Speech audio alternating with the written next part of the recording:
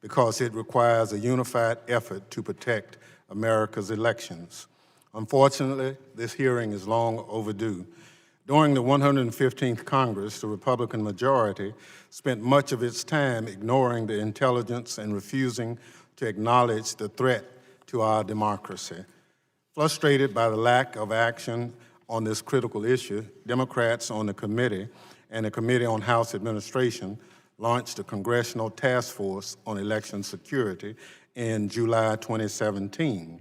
The task force met with dozens of election experts, Secretary state elections, and national security experts to assess vulnerabilities in election infrastructure and determine how to address them. In February 2018, the task force produced a report that included 10 recommendations and introduced legislation to implement them. That legislation is now part of H.R. 1, the For the People Act, which the House is expected to consider in the coming weeks. Fortunately, since 2016, progress has been made toward more secure elections. The Department of Homeland Security and Election Assistance Commission have built stronger, more effective partnerships with state and local election officials. But it is unclear whether each agency has the resources necessary to meet the increasing demand for their resources. Will EAC's $10 million budget provide sufficient resources for it to administer additional election security grants to states? Does DHS have the resources to provide its services to every state and county that requests them? Congress needs to understand the existing capability of each agency, and now existing capabilities can be leveraged, grown, and augmented. Local election officials are on the front lines of securing our elections, and their success depends on the support they receive from federal and state governments. Although some dispute that has the election infrastructure, local election officials oversee is vulnerable to hacking. Cybersecurity experts have made a credible case. The federal government, especially Congress, must understand the resource constraints of local election officials and partner with them to address vulnerabilities to election infrastructure through grants and services. The intelligence community has made clear the threats to our elections persist, so more work remains to be done. Just last month, the Director of National Intelligence, Dan Coates, warned Russia in 2016 and unidentified actors as recently as 2018 have already conducted cyber activity that has targeted U.S. election infrastructure. He went on to say we should expect adversaries and strategic competitors to refine their capabilities and add new tactics as they learn from each other's experiences in advance of the 2020 elections. I look forward to hearing from our panel of witnesses today about how Congress and federal agencies can support efforts to further strengthen our elections and protect them from attack. I welcome my Republican colleagues' support in these efforts, and I look forward to working with all those whose goal is to protect America's election and defend our democracy. I now recognize the ranking member of the full committee, the gentleman from Alabama, Mr. Rogers, for an opening statement. Thank you, Mr. Chairman. I look forward to the opportunity to hear from our witnesses today in security. The integrity of our elections is foundational to our democracy. All Americans should have confidence that voting equipment and systems are secure, their vote counts as they intended, and that election results are accurately reported. Last week, DHS and DOJ released their findings that there was no evidence of any foreign interference in the 2018 election. I believe that the tremendous work done by DHS, our intelligence community, and state and local leaders made that happen. But there is certainly more work that can be done. Much of our focus today will be on the work we still need to do to secure the technology and systems behind our elections. But we can't lose sight of a simple lesson. Foreign intelligence services, domestic partisans, and online vandals do not care what our laws say. They are happy to use our public forums against us. My home state saw liberal activists deliberately mislead Alabamians regarding public endorsements and political issues in the 2017 U.S. Senate special election. They bragged to liberal donors behind closed doors about their success in manipulating Alabama voters. H.R. 1 attempts to address these pressing issues, but the bill's provisions are deeply naive. As it stands, H.R. 1 is an exercise in regulating everything that moves near a ballot box. The problems facing our election systems are more complex than that. Election security has long been a bipartisan priority for members of this committee. It is my hope that this bipartisan tradition on this issue will continue in this Congress. We need a deliberative, bipartisan process to solve these issues. Unfortunately, it appears our committee will not have an opportunity to mark up the election security provisions in our jurisdiction. That's unfortunate because the election security provisions in this bill could be improved.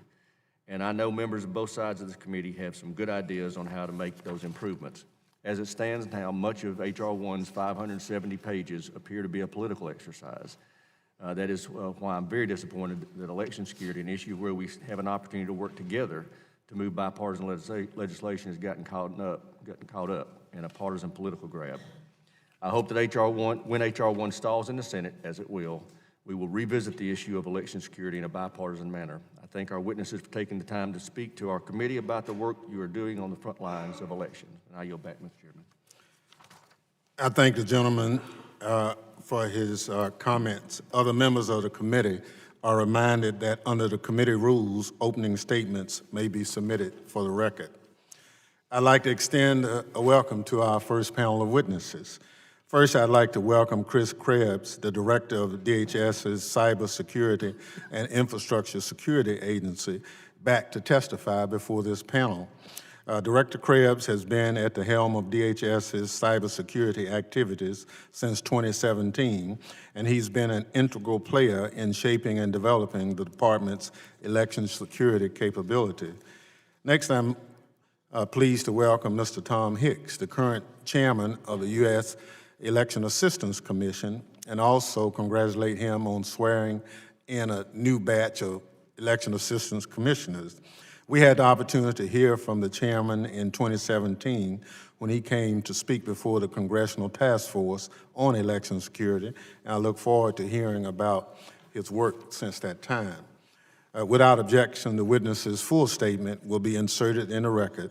I now ask each witness to summarize his statement for 5 minutes, beginning with Mr. Krebs. Thank you, Chairman Thompson, Ranking Member Rogers, and members of the committee. Good morning, and thank you for the opportunity to testify regarding the Department of Homeland Security's efforts to secure the vote. First, however, I would like to once again thank this committee for its leadership in establishing the Cybersecurity and Infrastructure Security Agency, or CISA. By creating our new agency in law, Congress formally recognized DHS's role as the leader of the national effort to safeguard federal networks and critical infrastructure from cyber and physical threats. On behalf of the agency, once again, thank you. This morning, I want to update this committee on the progress made over the last 2 years working with the election community. CISA's election security mission is clear: to support the efforts of election officials and their private sector partners consistent with the Constitution, existing law, and electoral tradition. Since 2016, we've learned quite a bit through partners like the Election Assistance Commission and thousands of election officials across the country, like you'll hear in the next panel, that know elections. They know their systems, and they know what they need to conduct a successful election. Over the last 2 years, in focused, oftentimes humbling engagements, we've become partners with the election community. For the 2018 election, we worked with all 50 states, over 1,400 local and territorial election offices, 6 election associations, and 12 election vendors. Our approach is threefold: making sure the election community has the information they need to defend their systems, making sure the election community has the technical support and tools they need to defend their systems, and building enduring partnerships to enhance resilience and advance security efforts together. In 2018, we focused on building scalable, repeatable mechanisms to dramatically grow our information sharing capabilities. The Elections Infrastructure Information Sharing and Analysis Center, or EISAC, was established. By Election Day, the ISAC had over 1,400 members, the fastest growing ISAC of any critical infrastructure sector. We share contextualized threat information and threat intelligence and actionable information that was enriched through our close partnerships with the intelligence community and law enforcement. More importantly, state and local election officials were sharing what they were seeing on their own networks. We also deployed intrusion detection capabilities, or Albert sensors, to provide real-time detection capabilities on election networks. As of Election Day in 2018, these sensors offered protections to election infrastructure in voter registration databases for more than 90% of registered voters. For reference, during the 2000 election, we were below 30% of coverage. Secondly, we provide technical support and services to election officials and vendors. Initially, we offered our standard services, including cyber hygiene, scans, and risk and vulnerability assessments that we offer federal agencies and other infrastructure sectors. As we refined our understanding of election officials' requirements, we shifted to capabilities that are quicker, less intrusive, and can scale to more jurisdictions. This scalability is critical because while our initial efforts in 2016 were primarily targeted at state election officials, we recognize the need to increase our support to counties and municipalities who operate elections as well. Our Last Mile initiative sought to provide information customized to the local county level. This initiative provided no-cost, tailored information on cyber safeguards, threats and risks, and a checklist of cybersecurity action items. The final area of focus has been building enduring partnerships towards a collective defense. While it may seem mundane, governance, communications, coordination, training, and planning are the critical foundational elements of our nation's efforts to secure our elections. These efforts and others contributed to a secure 2018 election. The Department of Homeland Security and Department of Justice recently concluded there is no evidence that any identified activities of a foreign government or foreign agent had a material impact on the integrity or security of election infrastructure or political campaign infrastructure used in the 2018 midterm elections. While 2018 is behind us, the 2020 election season is already underway. We are clear-eyed that the threat to our democratic institutions remain, and we must continue to press for increased security and resilience of our election systems.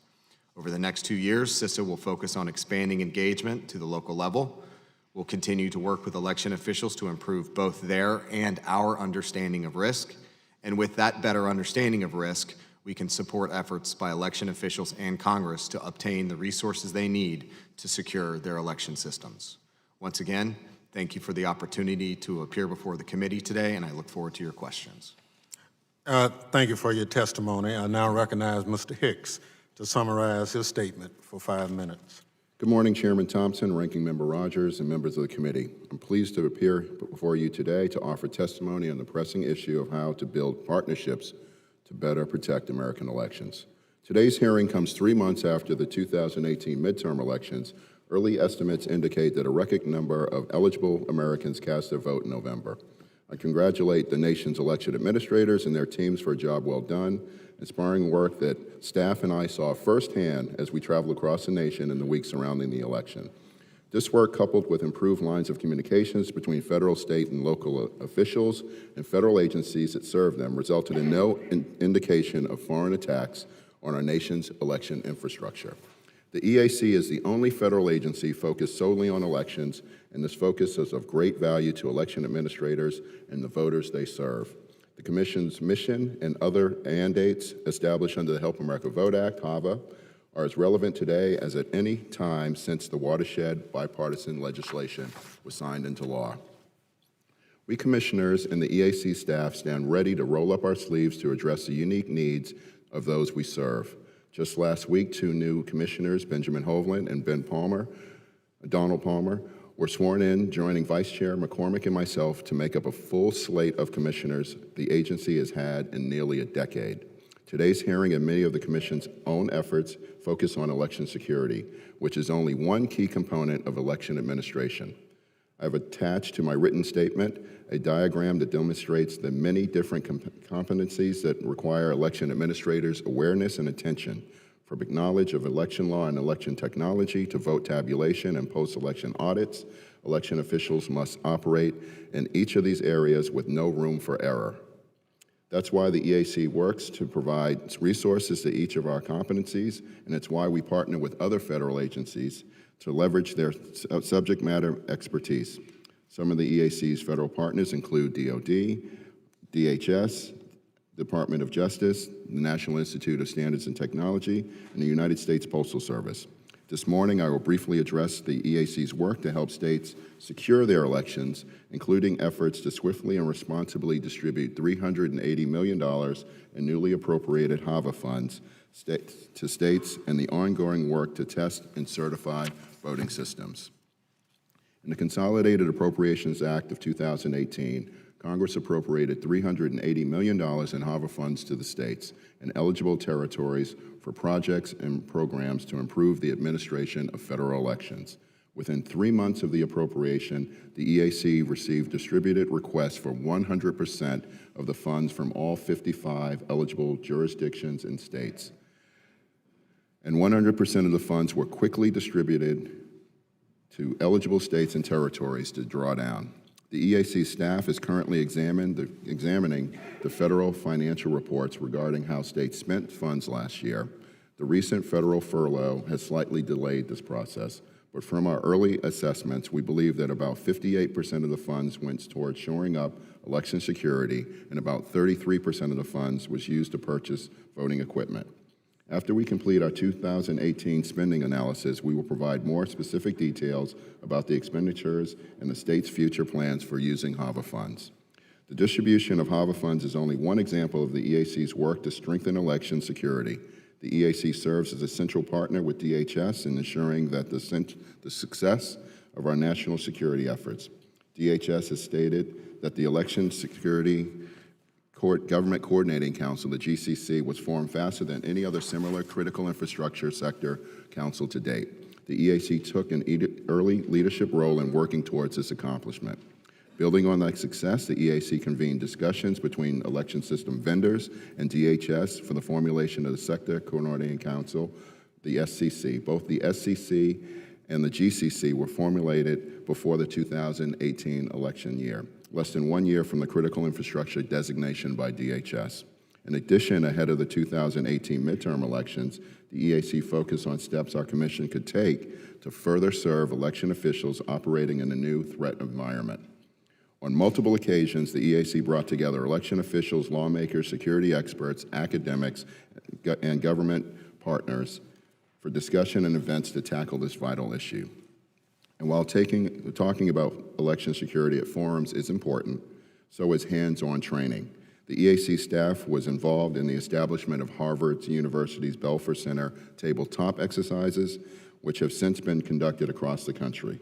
In addition, since 2015, the EAC has presented its election official as IT manager, training to officials representing hundreds of election jurisdictions across the country, and we will increase our efforts following the 2016 election. This training is available online through FVAT program that many more election officials can easily access to complete these efforts. The EAC has also produced a video and supporting materials to help local election officials explain the many levels of election security to their jurisdictions.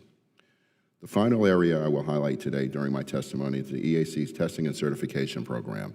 The Help America Vote Act charges the EAC with administrating a federal program for setting voluntary voting system guidelines and testing for vendors may choose to have EAC accredited and monitored labs test their voting systems against those guidelines for certification. The guidelines contain requirements for security as well as other important components as accessibility, usability, and interoperability. These components and functions of the same are deliberated and developed in public working groups under the direction of the EAC's Technical Guidelines Committee, which is chaired by the Director and Undersecretary of Commerce for Standards and Technology. After development and approval by the TGDC, the voluntary guidelines are submitted to the EAC's Executive Director, provided for the EAC Standards Board and Board of Advisors, published for public comment, and presented to the EAC's Commissioners for consideration and approval. Last spring, the EAC convened its advisory boards to review and comment on the adoptions of the newest versions of the guidelines VVSG 2.0. Both boards recommended that the EAC adopt VVSG 2.0.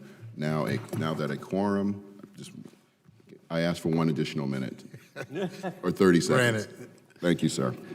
Quorum has restored to the EAC. We anticipate that the VVSG 2.0 will soon be posted for public comment, and we will hold public hearings on the proposed guidelines. Members of the committee, the EAC's mission includes supporting election officials across the country as they administer federal elections, and the EAC is committed to that work, to always seeking better ways to do it. I welcome your feedback, and I look forward to answering questions you may have. Thank you very much. I thank the witnesses for their testimony. I remind each member that he or she will have 5 minutes to question the panel. I now recognize myself for questions. Director Krebs, given the 2019 Worldwide Threat Assessment that warned that the U.S. adversaries and strategic competitors probably already are looking at the 2020 U.S. elections, how confident are you that our election infrastructure, as it is at this moment, is secure against cyber attacks? Chairman, thank you for the question. I certainly think that, just like any other IT system, the election infrastructure bears additional securing and resilience measures. But I will say that compared to where we were in 2016, not just from a fundamental IT security perspective, but from a collaboration working across the different stakeholder groups, we are light years ahead of where we were. And most importantly, we have greater visibility both of the threats that are incoming, but also how they would work across the ecosystem and across the infrastructure. I mentioned earlier the Albert sensor coverage that we have, less than 30% in 2016, over 90% in 2018. That gives us near real-time visibility in what's happening across the networks. The last thing I'll add here, the area that I think we need to invest the most as a nation is ensuring auditability across infrastructure.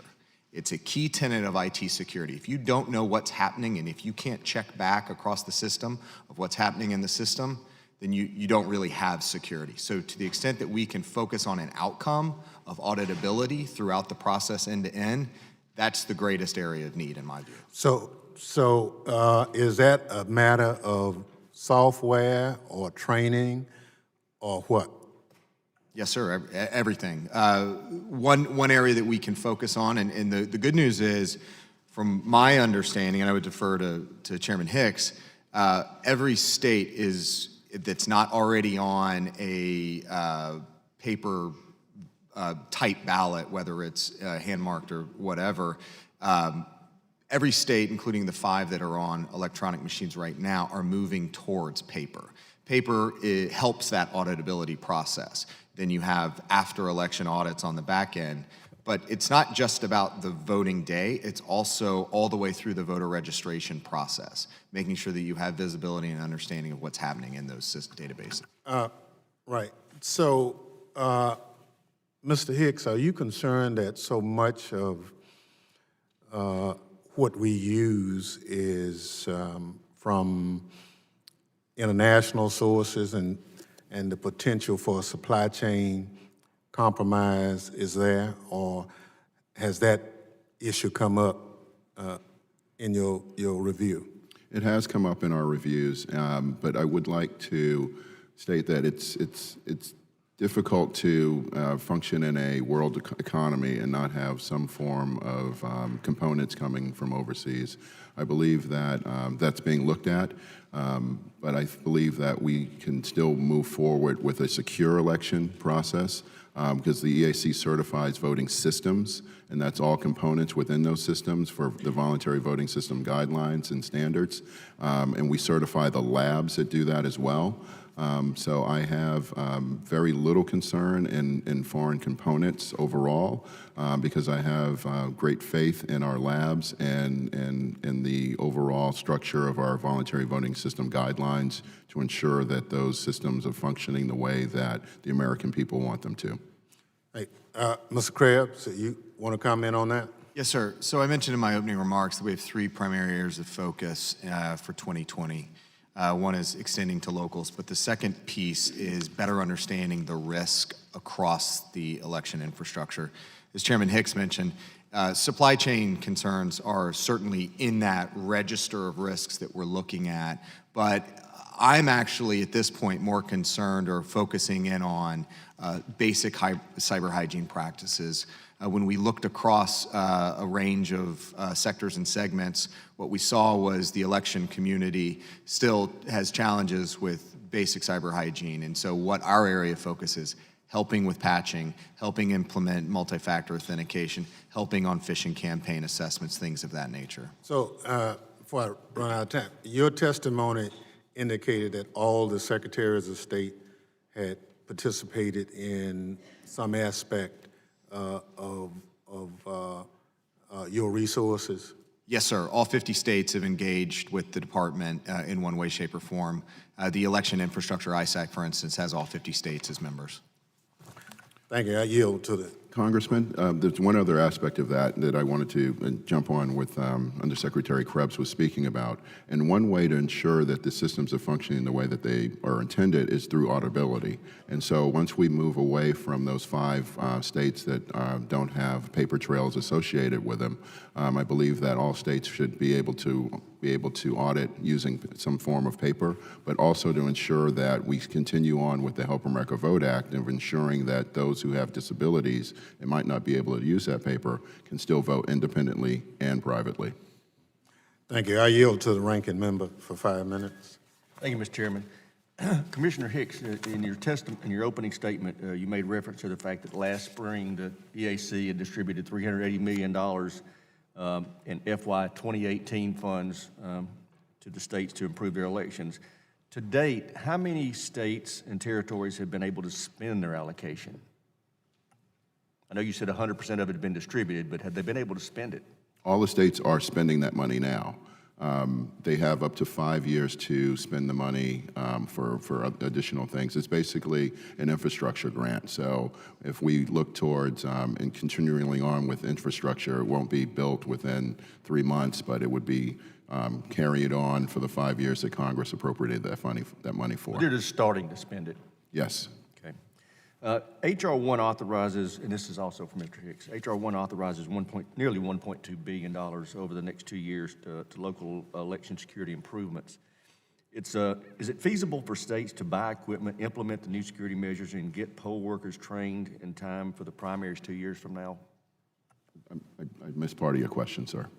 Given that $1.2 billion is to be spent, can the states take that money and buy equipment, train poll workers, and implement security measures in time for the primaries for the 2020 elections? I believe states can do most of that, but again, the states can't go to Best Buy and get that off the shelf. So most of the states are moving towards not only purchasing new voting equipment, but also other aspects of the election process in terms of voter registration, election audits, security overall. So it's not just purchasing new voting equipment. They're going from registration to election night reporting.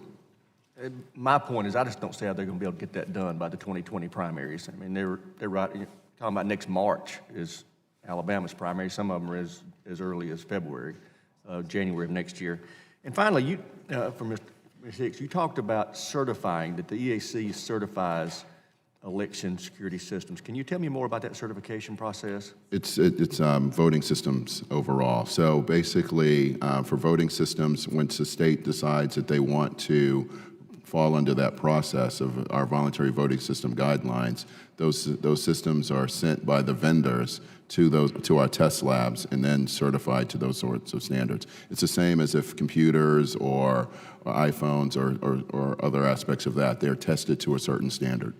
Can you have your staff submit to my staff, those for the full committee staff for that matter, what those standards are, the certification standards? I'd really be interested in reviewing those. Well, there's several of them. So we just certified 1.1 in 2015, but for the last 4 years since I've been at the commission, we've been working on the 2.0 voluntary voting system guidelines, and there's a healthy debate going on right now between myself and the other commissioners on ensuring that those get out for public comment relatively soon.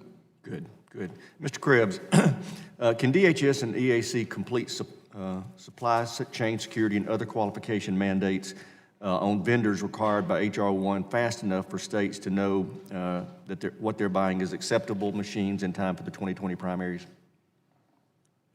I'm not sure I have to think about the number of systems, the research, the requirements that would have to go into that. I may need to get back to you on the timeliness of that.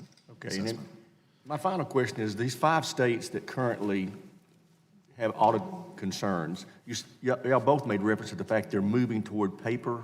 Can you tell me more about what they're doing?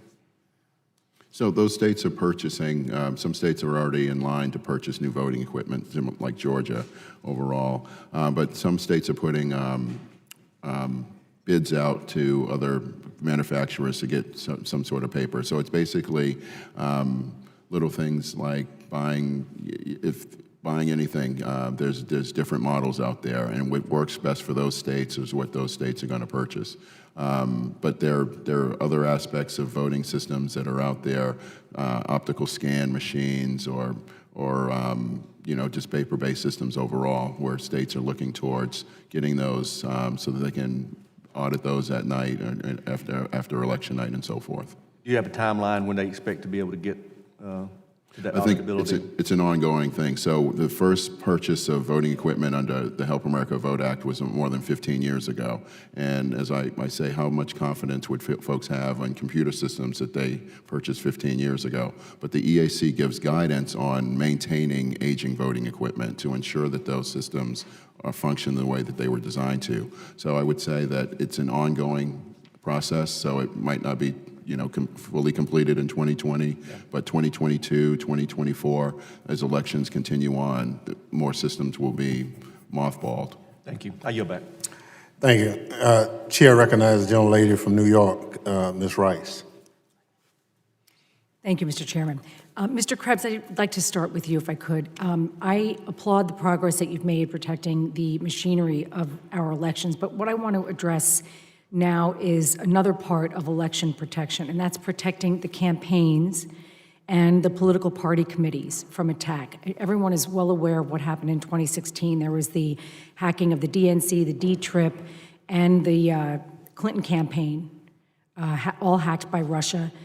We know the subsequent use of the stolen materials had a profound effect on the election. We also know that in 2018, the NRCC was hacked, that being in the midterm cycle. Now, I know that on our side, the D-TRIP launched unprecedented cybersecurity and disinformation prevention operations. But all of that work was done by themselves. It was not done in coordination with any federal agency, with the federal government at all, even though these are federal campaigns. So I want to ask you, do you think that we should rethink how we are doing all of this? Yes, ma'am. Thank you for the question. So during the 2018 cycle and even to today, we have worked with the major parties. RNC, we've conducted training. DNC, we have a very good relationship with the CIO. We continue to work with the other committees. So it is in our area of engagement. I take your point, though, that we need to expand and deepen and broaden that engagement. We continue to think about the various offerings that we have, whether it's capabilities, technical support, information sharing, training. Those are all the areas that we are continuing to push out. I would encourage each of you, as you are coming up on another cycle, please work with us, your own campaigns. We have capabilities that we can offer, and it is definitely within our, it is an area of priority engagement for us going forward. So I'm glad to hear you say that. I want to ask your opinion about whether you think using the Information Sharing Analysis Center, the ISAC model that you use for working with sectors like the energy and financial fields, do you think that that would be of help here? In terms of political infrastructure and political campaigns, yeah. I don't have any reason to believe why it wouldn't work. I think that that's something that we have to look into, because all of this is about sharing information when you're being hacked and what you do about getting down disinformation and all that kind of stuff. There were 3 states that did not use any part of the Election Assistance Commission, so this could be either to Mr. Hicks or you, Mr. Krebs. 3 states, Florida, Oklahoma, and Oregon, chose not to use any part of the EAC's testing or certification program, and they were all targeted by Russian hackers in 2016. I guess my question is, are we encouraging states to participate in the programs?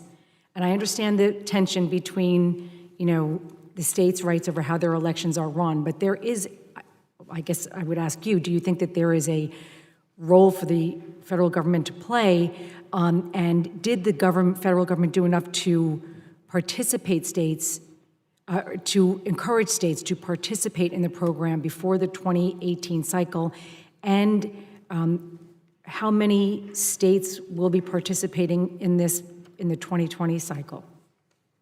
So I wouldn't use 2016 as the baseline for what states engage, what local communities engage. I would instead recommend we look at 2018. All 50 states worked with the Department of Homeland Security, and it's also important to keep laser focus on what the department's mission is. That's cybersecurity technical assistance.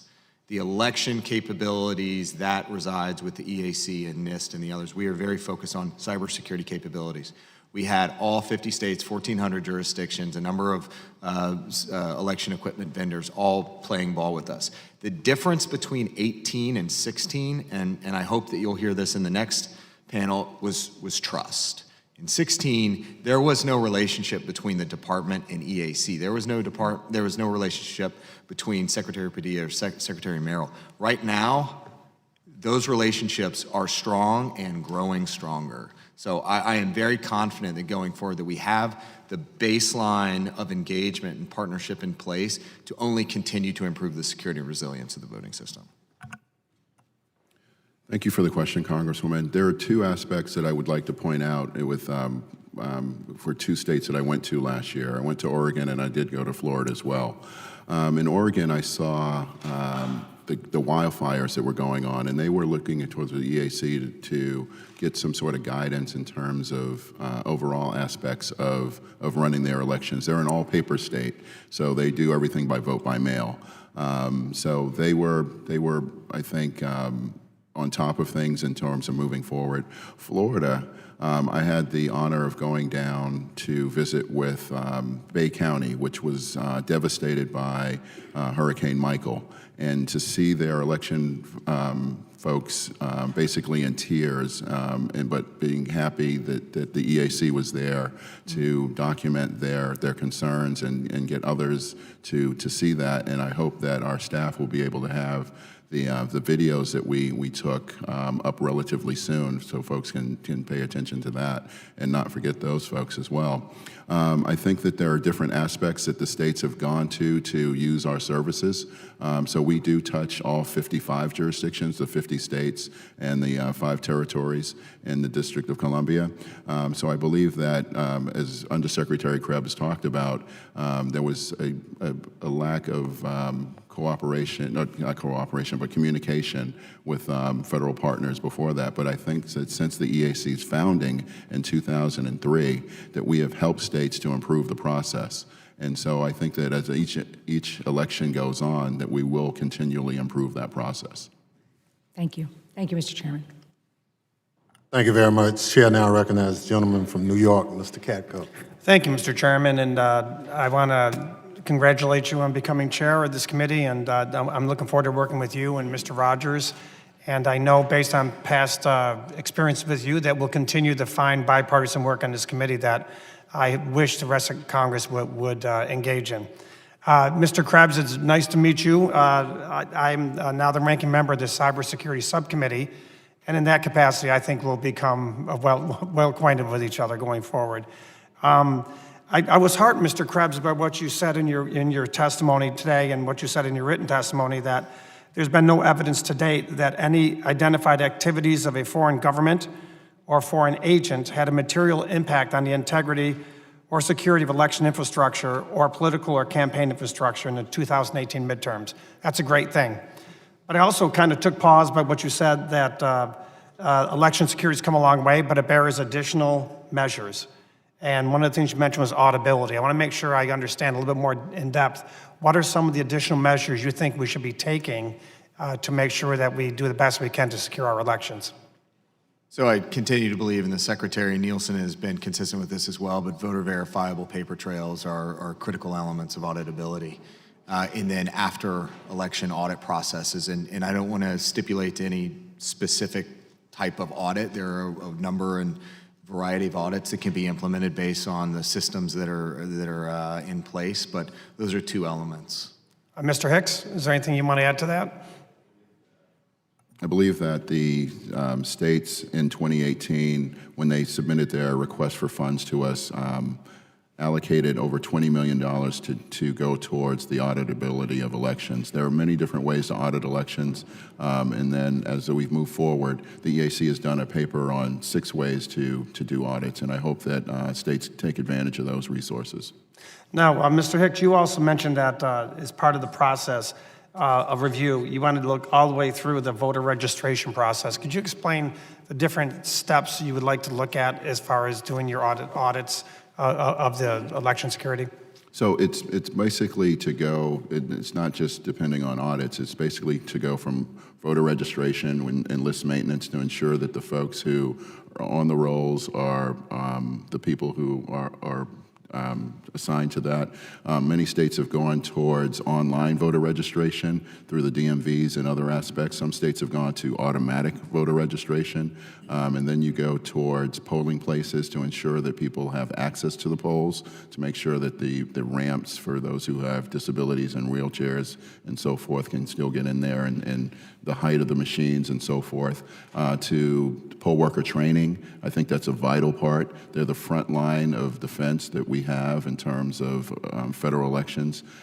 There's over 1 million requests for poll workers in each presidential year. That's always coming up short, and I would like to see for more people to actually volunteer to be poll workers, and then towards election night reporting with the Associated Press and other aspects as well. So it goes from A to Z in terms of ensuring that our election process remains strong and then voters' confidence remains high.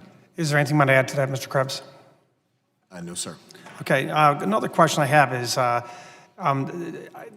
does the size of the state matter at all as far as compliance with these issues and being active participants in them, number one? And number two, the nation-state actors, obviously we're concerned about them, the Iraqs, and the Irans and the Russians of the world and others. Is there other actors outside of that arena that you have potential to disrupt or undermine our elections? Mr. Krebs? So to your first question, we have the smallest state and the largest state engaging with us. So I wouldn't characterize any sort of participation based on the size of the state. In terms of the landscape of threat actors, certainly the big four, or primarily in this case, China, Russia, Iran, have been active in foreign interference and influence operations. But generally speaking, in terms of cybersecurity issues writ large, we do see more blended operations, proxies, cutouts, things like that. So that's on the international landscape. It's just getting more complex, more of a blended environment. Okay. Mr. Hicks, want to add to that? Thank you, sir. I believe that it's a misnomer that think that it's the states, but it's mostly the local election officials who are running the elections, and it's usually 1 or 2 individuals. It's not the large counties that are basically targeted. It's usually the person who is not only handling the election, but they're driving the school bus, they're doing payroll, they're doing 9 other different things, and so they are targeted. And so we try to go out to the states and offer training as IT managers for election officials to their state conferences, because they're not always able to come to DC to get that sort of training. Thank you, Mr. Chairman. Thank you very much. Chair now recognizes the gentleman from California, Mr. Correa, for 5 minutes. Thank you, Mr. Chairman. First of all, let me congratulate you on your chairmanship, sir.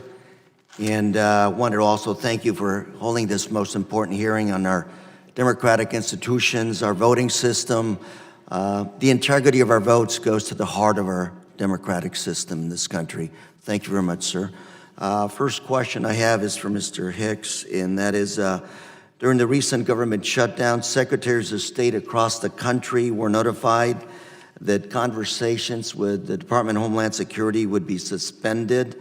Can you tell me what the negative of the government shutdown were in terms of harming the security of our election system, given these next elections are just around the corner? I think that's more appropriate question for Undersecretary Krebs with his discussions with Homeland Security. Mr. I would Krebs? add that Yes. with the government shutdown, we were furloughed. I was still working myself. And then we have hired a CIO to ensure that our infrastructure in our office remained high. And we still had conversations with states and locals. As I stated in my testimony, some of our delay in terms of reporting out issues have occurred because of the government shutdown. And our election voting administration survey, we are collecting that data to hopefully have that out to Congress by the end of June. But I'm hoping that none of that will be delayed because of the shutdown. Thank you. Mr. Krebs? Sir, so during the there was no question there was an impact from the shutdown. During that 35-day period, we continued to share intelligence, threat intelligence as it came in. We continued to send indicators out to those Albert sensors I mentioned earlier on, and we continued to conduct analysis based on the information we had and the intelligence we had. In terms of the things that we had to pause, for one, meeting with new secretaries of states that were sworn in earlier in January. That was probably my biggest regret in terms of missed opportunities. We also had to pause some of the vulnerability assessments. We have since rescheduled those, and those are back on the books. And then just general planning in terms of the recent National Association Secretary of States and the State Election Director's annual conference, content development for that engagement did have to slow. My sense of things, though, as we ramped back up, I placed election security as one of the top priorities for CISA as we restarted after the shutdown. My sense of things is that we will be back on track, if not already back on track. For instance, we're already in the planning process for another national level tabletop exercise this June. Last year we had 44 states in the District of Columbia. This year we hope to outdo even that. Very quickly, cybersecurity, as it pertains to the census, that exercise we do every 10 years, redistricting is based on the census. How secure do you think that data, redistricting data, census data is when it comes to cyber threats? We do work directly with the Census Bureau on protecting the system, particularly the 2020. So happy to come back and provide you a little bit more information on. That's a critical issue. Yes, sir. Mr. Hicks? That's not one that the EAC focuses in on, but I can talk to our staff and get a clearer answer for you, sir. But I presume that is something on your plate, something on your radar that you're looking at. Again, security of our census data. Absolutely, yes, sir. Like I said, we do work closely with the Census Bureau and on this the 2020 census. Quickly, post-election audits, what would such audits look like? Would they be the same across the country? Those would not be the same across the country. What works in Rhode Island might not necessarily work in Washington State. Is that because of the paper versus no paper situation? No, it's just there's different factors to it. The number of people, the way that they run elections. Some are townships, some are counties, and so forth. It would be more of the type of machines that they use and other aspects of it. But I believe that it's that all states should be doing some sort of audits to ensure that the confidence of elections remain high. Thank you. Just different machines, different outcomes, different standards. Do you see us, given states' rights here, the ability of states to choose whatever they want to purchase, are we looking at moving towards more standardization? No, I think that states should purchase the machines that work best for them. I equate it a little bit to purchasing a car. You might want a different type of car, but all those cars should still have some sort of standards associated with it. Thank you, Mr. Chairman. I yield. Thank you very much. Now recognize the gentleman from Texas, Mr. Ratliff. Thank you, Mr. Chairman. Thanks for holding this hearing.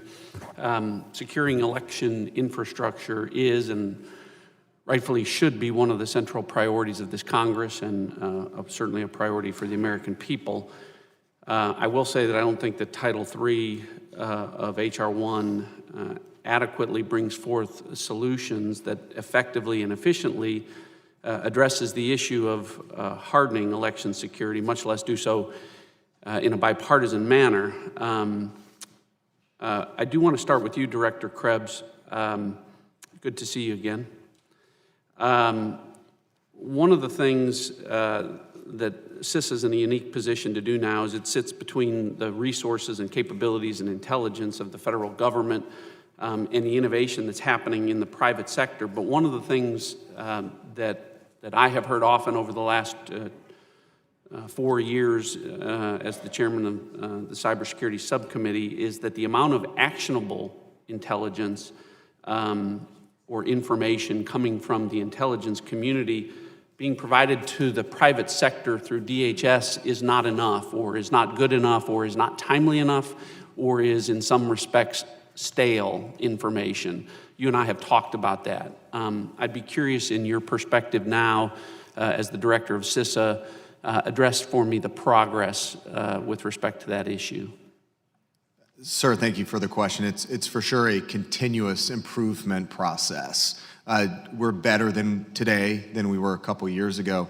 I do want to say that this election cycle, 2018, the time between 16 and 18, really was for us and the intelligence community and law enforcement, a forcing function to improve the way we go about doing business, both on intelligence, analysis, sharing, partnering on incident response and other surge capabilities, that we are going to be able to spin that out. So the election community is supported, but so is every other sector, the grid, the financial sector, every other critical infrastructure sector will benefit from the progress we've made specific to the election community over the last 2 years. So net, there is progress there.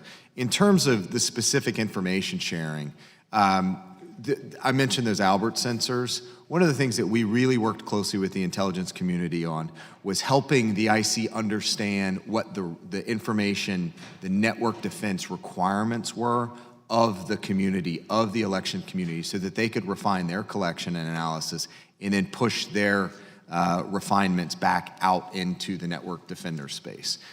We've also conducted some studies in terms of the indicators that we share through our automated indicator sharing program.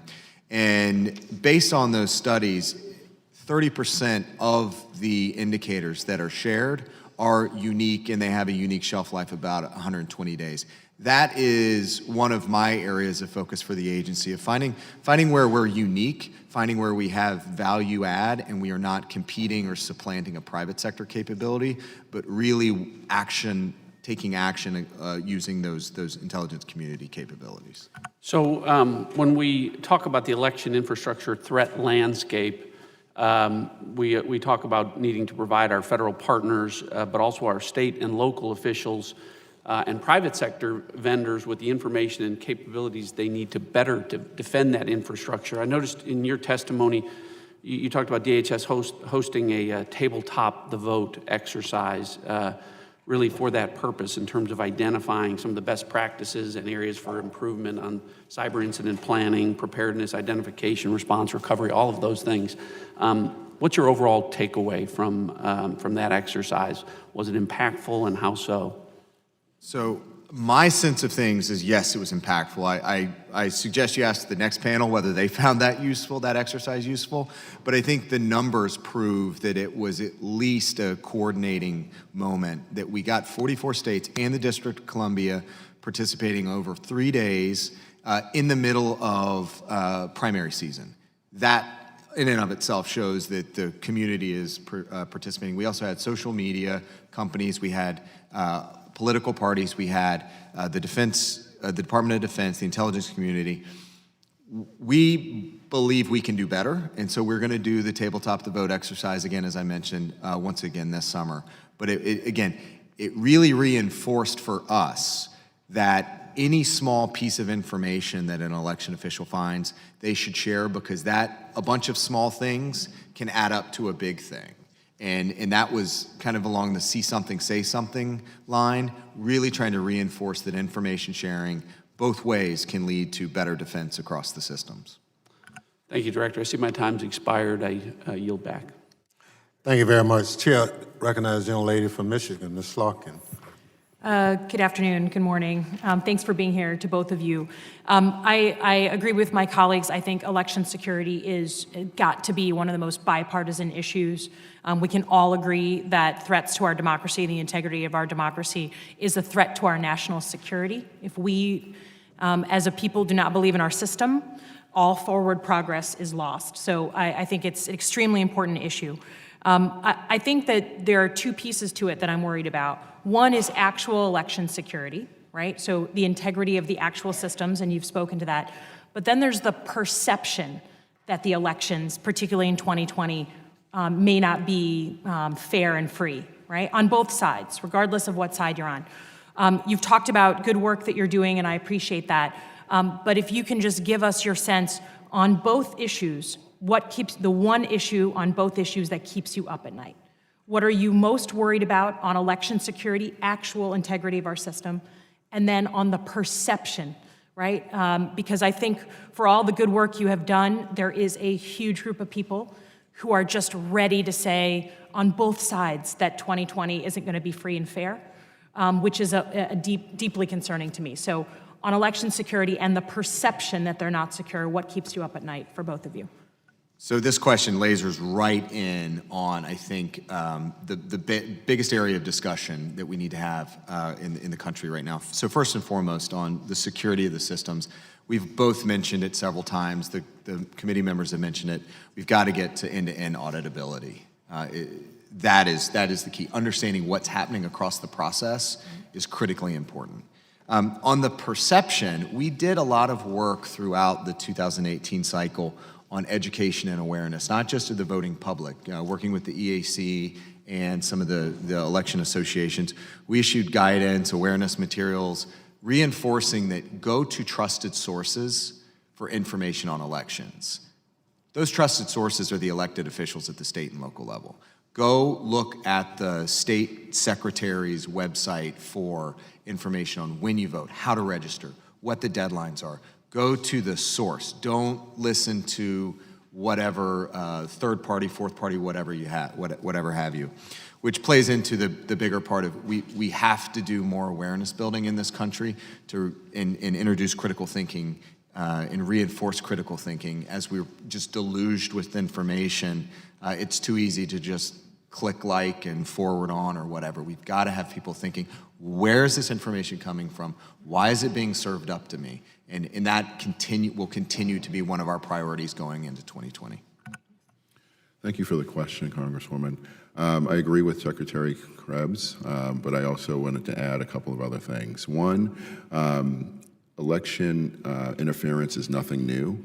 It was mostly done, since it's been done since we've had elections. Whether or not that's pamphlets saying Democrats vote on Wednesday, Republicans vote on Thursday, or other access to the polls. But the things that I would want to focus in on for our agency is to ensure that all aspects are taken care of. One being access, and also access for three different groups. One are military and overseas voters.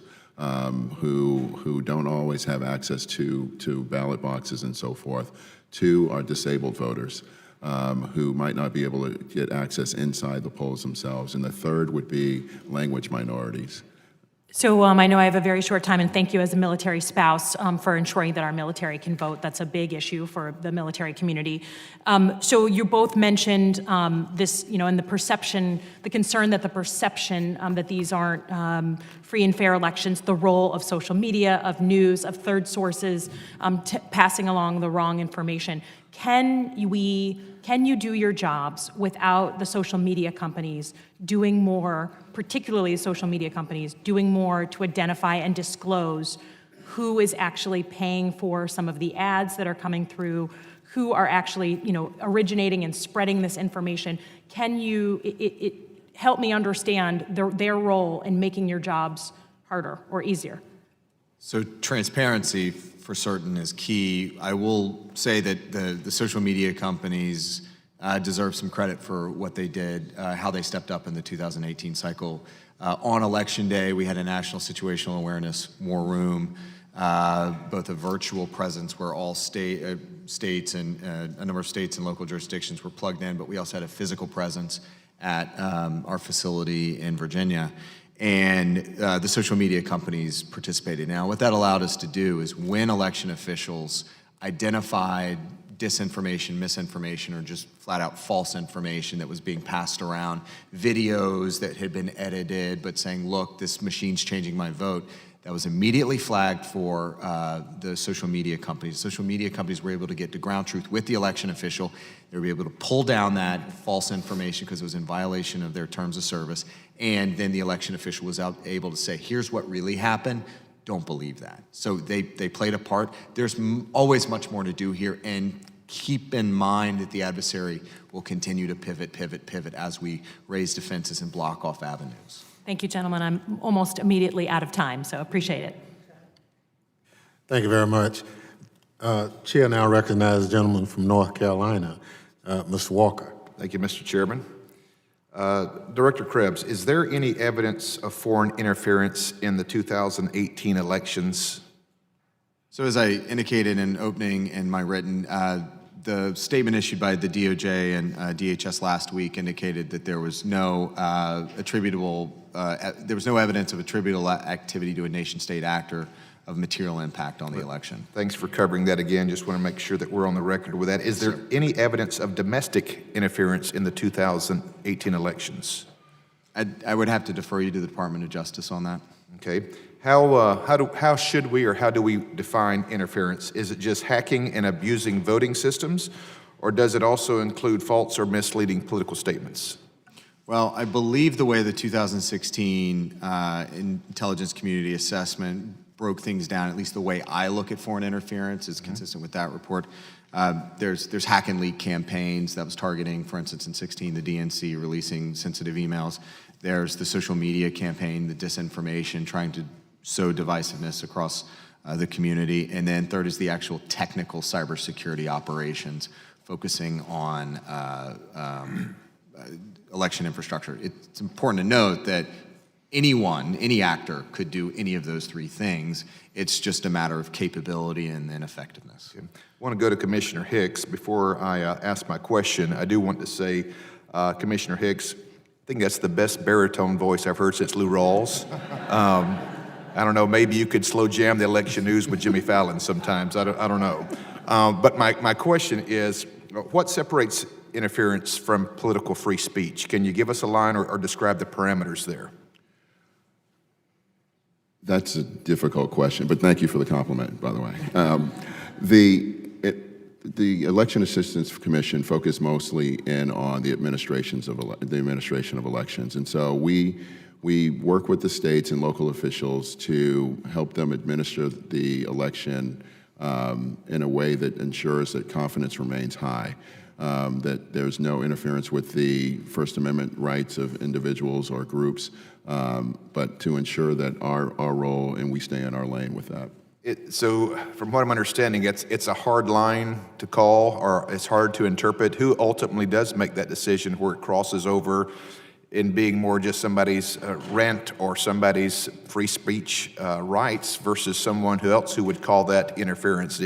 How do we describe that? Moving forward, how do you interpret that? Domestically, that would be the Department of Justice to make that determination. All right, I've got a couple more, got time for a couple more. We're going to go back to Director Krebs. Director, there were multiple reports of campaigns being hacked in 2018. What did the DHS provide in assistance in these instances? So would have to defer to the Department of Justice and the FBI on any specifics of their engagements, whether they engaged in any campaigns. We provide our resources as a technical cybersecurity capability to anyone that is interested. Any information that we had or picked up through press or through referrals from the Department of Justice, we would offer our services. That would be a vulnerability assessment, that would be an incident response assessment, and those sorts of things. Those relationships, as they come about, are sensitive, confidential, trusted relationships. But generally speaking, we continue to provide information, incident response. Sure, and I'm sure they appreciate the support, but this maybe just as a yes or no, are you aware that there were campaigns in 2018 that were hacked? I'm aware of reports of campaigns having, for instance, spear phishing incidents and things like that. When you say you're aware of it, did you guys take a look at it? I know DOJ is lead on that, but from your organization, were you contacted to look into this any further or offer support on a campaign that was hacked? I would have to go back and look at the specifics of any campaign. We are aware of spear phishing events and things like that. Help me understand when you say you got to go back and look. You're not aware, or you were aware of some, you just don't remember? What I'm unclear on right now is our actual engagements with any specific campaigns. Typically on things of that nature, the FBI has direct lead on engagement. We come back, we kind of put out the fires, so to speak. If we provided maybe 2 to 3 weeks, is that possible? I'd love to have some Certainly have information. follow-up, yes, sir. I'd appreciate that. Last question. To your knowledge, does H.R. 1 address campaign security? I would have to go and dig into H.R. 1. I've been focusing on the election infrastructure piece. We always provide assistance to political campaigns, political infrastructure. So whether it's included in H.R. 1 or not, we will always provide assistance. Okay. Thank you so much. Thank you, Mr. Chairman. I yield back. Thank you. Chair now recognizes the young lady from New Jersey, Ms. Watson Coleman. Thank you, Mr. Chairman.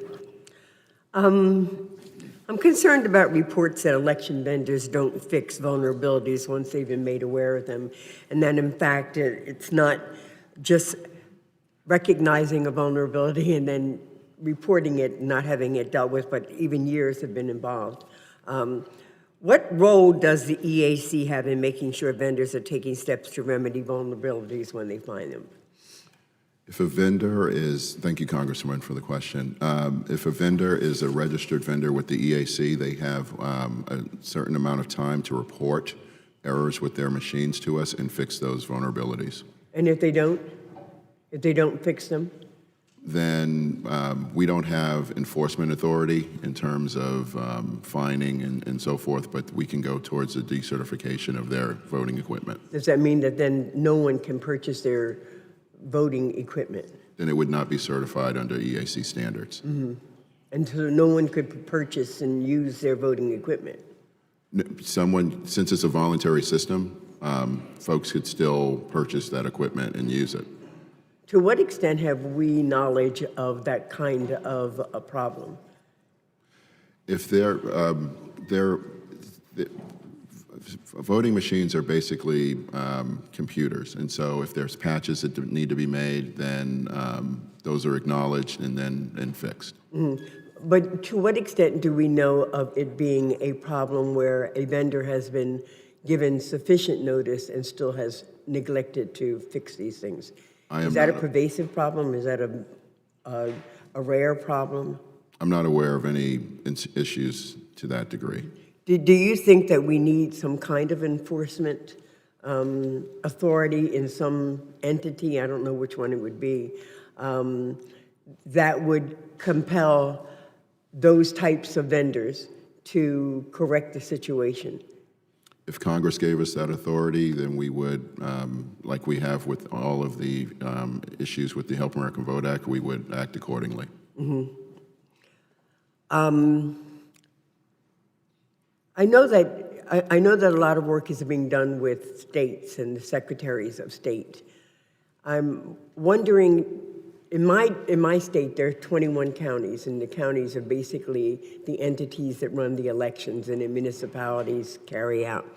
To what extent is there this guarantee that the information sharing, the training, the cybersecurity guidance gets down to those levels? What is the mechanism to do that? Or do you deal directly with the local and county officials that deal with the elections? So specific to the cybersecurity information sharing piece and the technical assistance piece, you've highlighted an area that we've recognized needs additional attention. Last year, the Election Infrastructure ISAC, the Information Sharing Analysis Center, had 1,400 local jurisdictions. My understanding, and the number seems to change regularly, but somewhere in between 8,800 and 10,000 voting jurisdictions across the country. And that's below the county, precincts, voting spots. So we are looking at scalable, repeatable ways that we can engage each and every one of them. For instance, deploying or providing information, IT manager training for election officials. As Commissioner Hicks mentioned, these devices, this voting equipment, the process, the databases, they're computers. So election officials sometimes, sole officials, end up having to be IT managers as well. So it's important that we provide them the support, the training, what to look for in terms of phishing emails and things like that, how to apply patches, how to work with vendors and ask the right questions. But for us, one of our top priorities in the run-up to 2020 is extending out from that 1,400 and the rest of as many as possible. Thank you, I'm sorry, the HAVA money that was already allocated, that's allocated, it's in the hands of the various states and jurisdictions, right? There's 2 rounds of HAVA money, one that was submitted in 2003 and then the 2018 HAVA funds. The 2018 HAVA funds have all been distributed to all the 55 jurisdictions. Okay, so do we have an understanding about how much more money we need in order to ensure that the right voting machines, the appropriate voting machines that have the verifiability in them would cost? From my travels around the country, from what I've heard from individual states in terms of replacing all the voting equipment, can run from between $500 million to $1 billion. Thank you. I yield back. Thank you very much. Chair now recognizes the gentleman from Louisiana, Mr. Higgins. Thank you, Mr. Chairman. I'm honored to serve on this committee again with you, sir. You're a solid patriot. And with your leadership and that of Ranking Member Rogers, I believe our committee will always move forward. Contentious though at times we may be, we'll be focused on the security of our homeland and we'll get things done. Mr. Krebs, the voting systems that we're discussing today, explain to America, my research says that there's somewhere over 174,000 voting precincts in America. Is that true? I would have to defer to Commissioner Hicks on. Is that true, sir? Yes, sir. So you got a lot of voting precincts. Article 1, Section 4 of our Constitution gives the states and local jurisdictions, state legislatures, authority specifically the times, place, and manner of holding elections for senators and representatives shall be prescribed by each state by the legislature thereof. So you're dealing with over 174,000 small communities. The voting systems we're discussing and the integrity thereof regarding cyber threat. Is it true that most of these systems are independent, they're electronic, they're analog, they're not connected to the internet at all? They're in high schools and gymnasiums across America and cafeterias at elementary schools. They're rolled out, secured, and plugged in, and they're not connected to the internet at all? So there is obviously a range of equipment out there from various vendors. The general best practice is, yes, they should be air-gapped. They should not be. There you go. I use that term. I just wanted to clarify that. We're dealing with scores of thousands of individual voting systems, most of which are not actually connected to the internet. Now, the threat is real and should be addressed, certainly, and this committee will do our job regarding election security.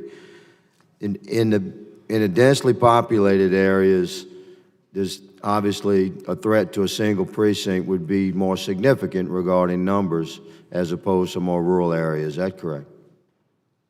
I think the threats can vary. There are certainly situations where a more densely populated could pose a higher risk. In other words, a small percentage of error interference would have a greater effect on numbers in a more densely populated area and a more heavily voted precinct. It's possible. So it's a landscape across our nation that we must serve. And in my opinion, and those of my colleagues, I believe on both sides of the aisle, we need to move forward carefully. The cyber threats themselves, now that we've sort of categorized what we've got, nation states rogue states, bad actors like Russia, Iran, China, North Korea, versus criminal element, organized crime. How would you differentiate between the cyber attempt to interfere with an election by a nation state versus a cyber attempt to interfere with an election by a criminal element within a nation state? So at this point, I think given the way the threat environment has blended and you have hybrid threat actors, I'm not sure that there's much of a distinction between nation states and criminal elements. Exactly. And in times past, during the Cold War, are you familiar, if you're a student of history, gentlemen, that rogue states, some of our enemies across the world, attempted to influence public opinion and policy with pamphlets and flyers and illegal radio broadcasts into territory? Is that correct? Yes, sir. So wouldn't that reflect in the modern era using social media and the attempt to influence public opinion and perhaps elections in that way? As we saw. So this is nothing new, is it? Well, as we saw in 2016, there were technical on-network operations as well as influence campaigns. Those activities, the influence campaigns in particular, continue today. And it's not just Russia. It continues today, and we need to adapt to the changing time. I thank you, gentlemen, for doing both. Mr.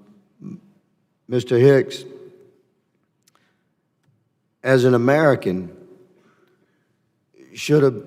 in your opinion, sir, do you think that a voting precinct, again, of over 174,000 in our country that has never had an issue and never had a complaint, they have constitutional rights to run their own elections? See, this would include local and state elections as well as federal, of course. Do you think a voting precinct that's never had an issue or a problem with their system should be forced by the federal government to spend money and invest in manpower and change and receive interference from the federal government? I'll leave you to answer, sir. Thank you for the question. I wanted to clarify one quick thing. It's 8,000 jurisdictions across the country, and then the voting precincts of which you were referring to. I wouldn't necessarily say that there's never been any issues with any of those voting precincts. There are issues with every election as we move forward, and that's just the nature of elections.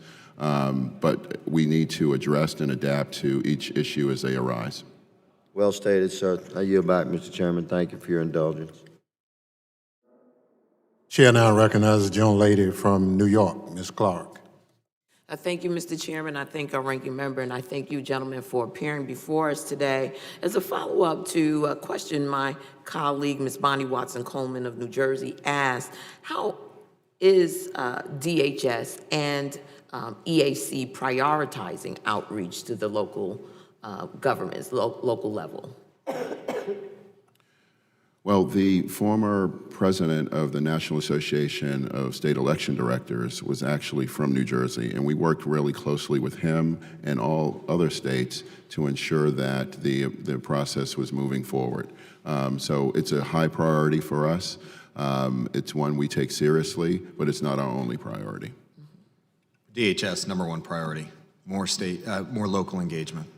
Very well. There seem to be areas where state and local election officials have not yet resolved low-hanging fruit issues of their election security. For instance, the use of wireless modems to transmit election results. These practices needlessly introduce vulnerabilities into the process. What do you perceive as some of the low-hanging fruits in securing election operations, and might stronger, more vocal leadership from federal partners like DHS or EAC or even the White House move the needle on those issues? So over the last couple of years, we've conducted a number of vulnerability assessments at 26+ jurisdictions, state and local. We've also conducted remote penetration testing. The interesting thing that we found was that of all those assessments, the findings were generally similar. Unpatched systems, misconfigured systems, lack of multi-factor authentication.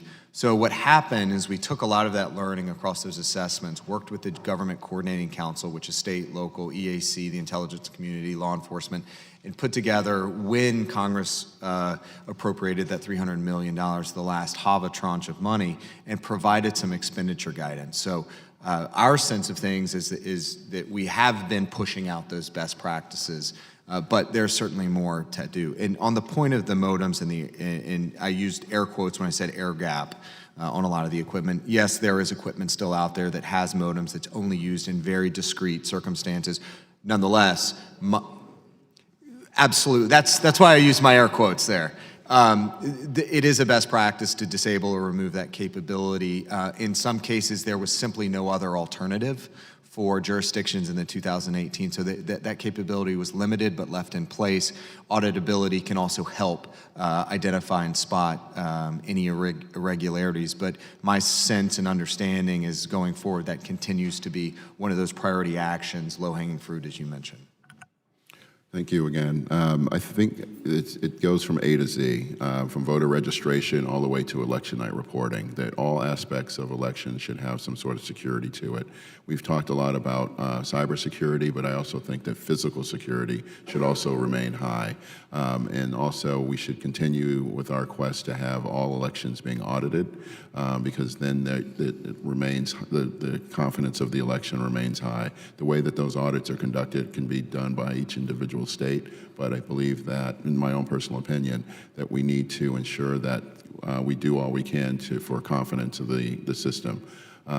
Because what I've said in 2016 and 2018, if you don't vote, then your vote definitely will not count. Well, I think part of the challenge, too, is at the local level, just the level of proficiency of the use of the technologies of the individuals who were employed to administer these elections. And I don't know whether you're getting a true sense of that across the length and breadth and depth of our nation, but I can tell you that there have been a lot of senior citizens that have this as a preferred profession, and not to disparage anyone, but they tend to be a little bit less concerned about cyber hygiene.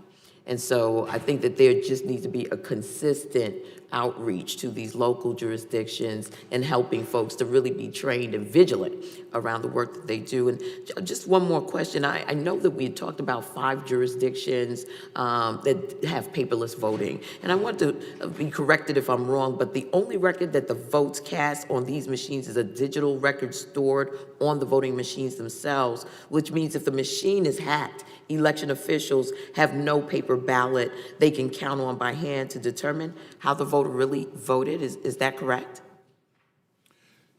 It's a lot more detailed than that, because all these systems have more than one redundancy for backup in their systems. But if it's hacked, how would you know? Well, it could be stolen as well. So there's all aspects of machines could be, you do a forensic scan of those machines to ensure that the ballots are counted correctly. So, to the best of your knowledge, were any of these paperless voting machines used by states in 2018 elections running software that was out of date with known exploitable cybersecurity flaws?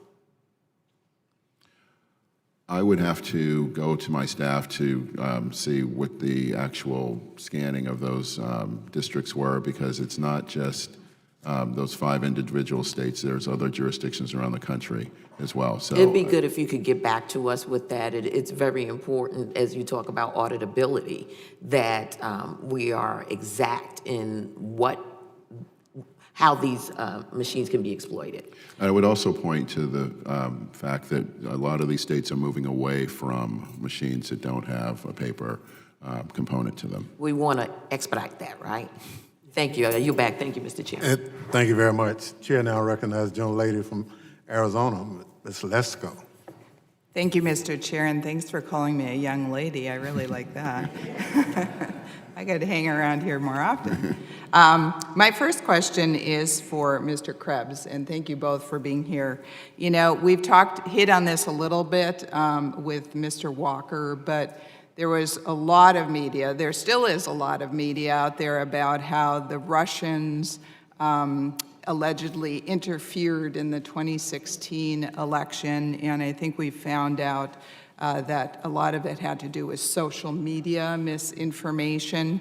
And to Ms. Slotkin's points that a lot has to do with perception. If voters believe that their votes count and they're not being compromised, to your knowledge, was there any evidence, or is there any evidence, that the Russians or anybody else hacked into the actual election system and changed the outcome of the election on Election Day? Ma'am, I'm not aware of any evidence that they had access or ability to influence the casting, counting, tabulation. Thank you. And the reason I think that's important is because there is a lot of confusion out there. And so we need to make sure that when we talk to people that we're not talking about actual hacking into the election system is what the media is talking about. However, we want to prevent it in the future, of course. My next question is actually for Mr. Hicks, and this was touched on briefly by the ranking member Rogers, and that was about the money in this bill that's going towards certain things. So the Democrats' Congressional Task Force on Election Security recommended $300 million for states to acquire these paper ballot systems, conduct audits, address cyber vulnerabilities, provide cybersecurity training to local and state election officials, institute cybersecurity best practices, and to make other improvements to federal election security. Through the Help America Vote Act, Congress appropriated $380 million in grants for fiscal year 2018 for these purposes. This bill, H.R. 1, which we're talking about today, authorizes $1.77 billion in grants.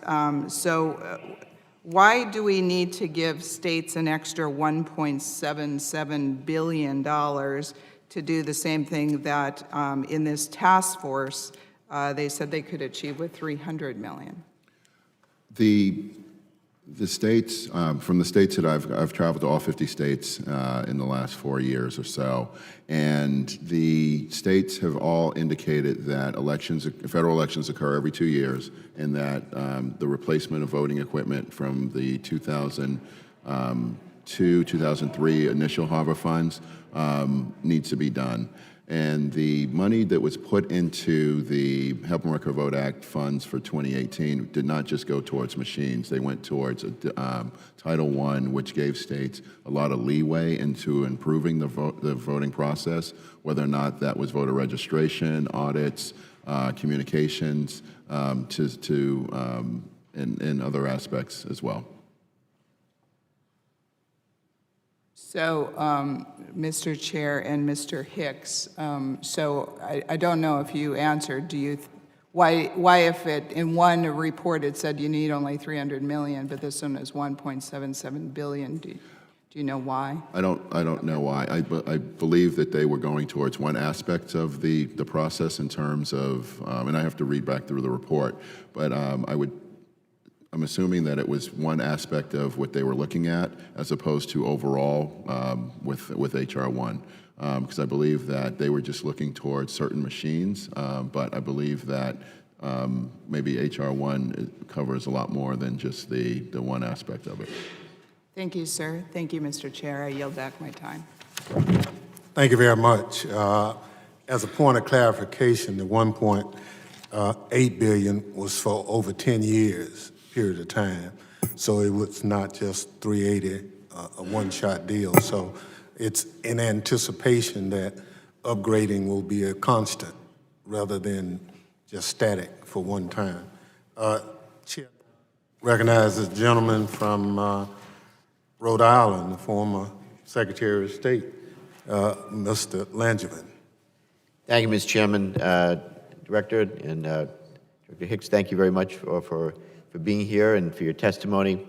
And Director Krebs, I want to thank you also, particularly for the work you're doing at CISA. I'm glad that agency has been reorganized and properly tasked, and look forward to working with you and supporting you in your work. Obviously, this is one of the most important issues that we're facing as a country, been securing our elections from foreign adversaries that want to try to undermine and sow discord. And they have a pretty effective, well-coordinated campaign, and we have to obviously get even better organized, and I know that we will. So I want to thank you and Assistant Director Manfred for your support, particularly of my home state of Rhode Island.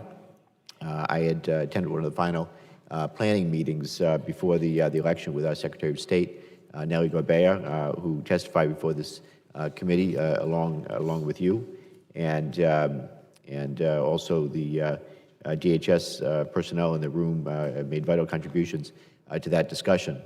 And someone who has overhauled an entire state election system, I understand the challenges of having the best equipment and making sure that it works well. When I reorganized and overhauled our election system, we didn't have to deal with the issue of course, of cybersecurity and threats from foreign adversaries trying to undermine us. So let me just say, one of the topics that came out of that meeting was coordination with media. And we've seen how effectively the Russians, for example, in targeting Ukraine elections, went right for the media and trying to sow discord and confusion in elections processes. How have you engaged with local, state, and national media outlets to ensure that unofficial voting, vote reporting is protected from malicious interference? So a couple examples, I think, that are instructive of the progress we've made, particularly with the national media, but also local and state-level media. Two things. One, in advance, 2 weeks in advance of the election, we held a media tabletop exercise, just like what we did with the state and local election officials. We brought in a couple dozen media representatives, sat in a room, 4 hours, walked through a scenario that included both technical on-network effects as well as social media influence operations. And we walked through, here's what you would see, here's what you would hear from a state or local election official, here's what you would hear from the federal government and what the federal government would be doing, whether it was DHS, the FBI, the intelligence community, and helped them understand what was going on in the background so that if something did happen, they would have a basis of understanding. They'd know, A, who to call, but also rather than say, oh, there was a denial of service attack against a election night reporting website, we'd be able to have a conversation and say, actually, it's not that. Instead, it's simply a configuration issue, and that website dropped. The second thing we did is on Election Day, every 3 hours over the course of the election, we had a conference call with national media. Same thing, we would walk through issues as they popped up over the course of the day. Oftentimes, we referred them to the local or state election official to address the questions, but where we could chip in and provide some clarification. Really, the important thing was getting ahead of issues and dispelling any sort of doubt or questions about what may be happening in the background. We found it to be very beneficial in terms of getting ahead of problems before they really started. Okay, thank you. And as another topic, as Commissioner Hicks mentioned in his testimony, I know that Representative Slotkin has touched upon this as well. Obviously, public confidence in the integrity of our elections is a vital component of our democracy. And following the 2016 elections, American voters reported a decrease in confidence in the election systems and outcomes, and it's exactly playing to the hands of what our adversaries want to try to accomplish here. But election security, particularly cybersecurity, is certainly an important aspect of increasing confidence, but it's not sufficient. Who right now in the interagency has the role of coordinating protection of election integrity and its perception thereof, and of which cybersecurity is just a part? So in terms of the interagency process, the FBI and the Department of Justice have the responsibility to lead on countering foreign influence, and that's the social media campaigns. That's the direct response, the threat response piece. So as things bubble up or pop up, they work with partners to address and immediately address head on.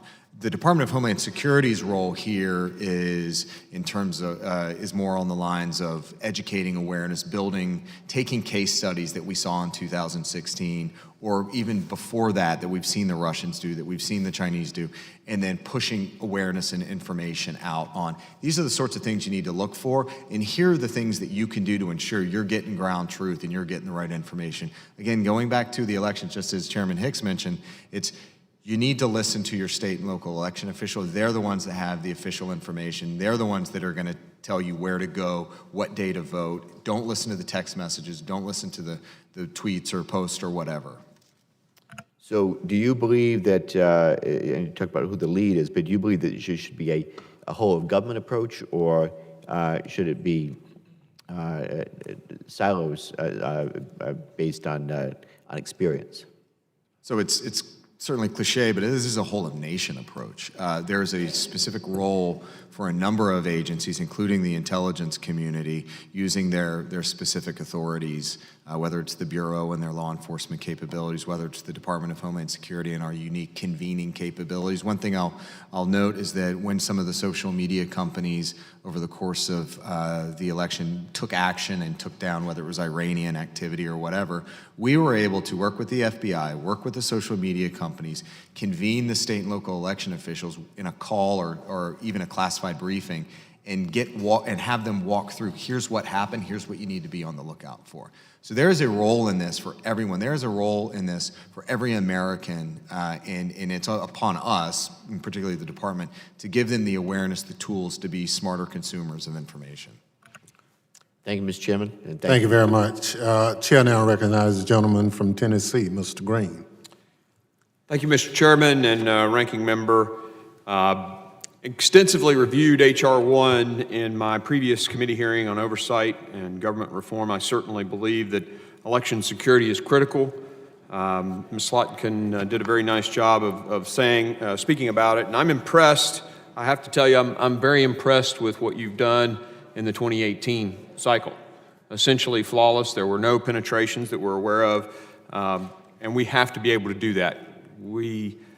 Our democracy rests on one person, one vote. But with regards to this H.R. 1, I'm going to be completely upfront and say that I'm disappointed by the majority party because it seems to have disregarded our Constitution. They claim the purpose of the bill is to protect our institutions, but they're promoting a bill that fails to improve security, all while thumbing its nose to federalism. Our country was not made for a few hundred people in Washington, D.C. to dictate to my state in Tennessee how we're going to do everything, including our elections. Our founders, our Constitution, our electoral process have been grounded in federalism. This bedrock is the foundation of our country, and it has to be protected. When power is concentrated in the hands of a few, tyranny inevitably follows. Our founders knew this. That's why they created, 3 branches of government.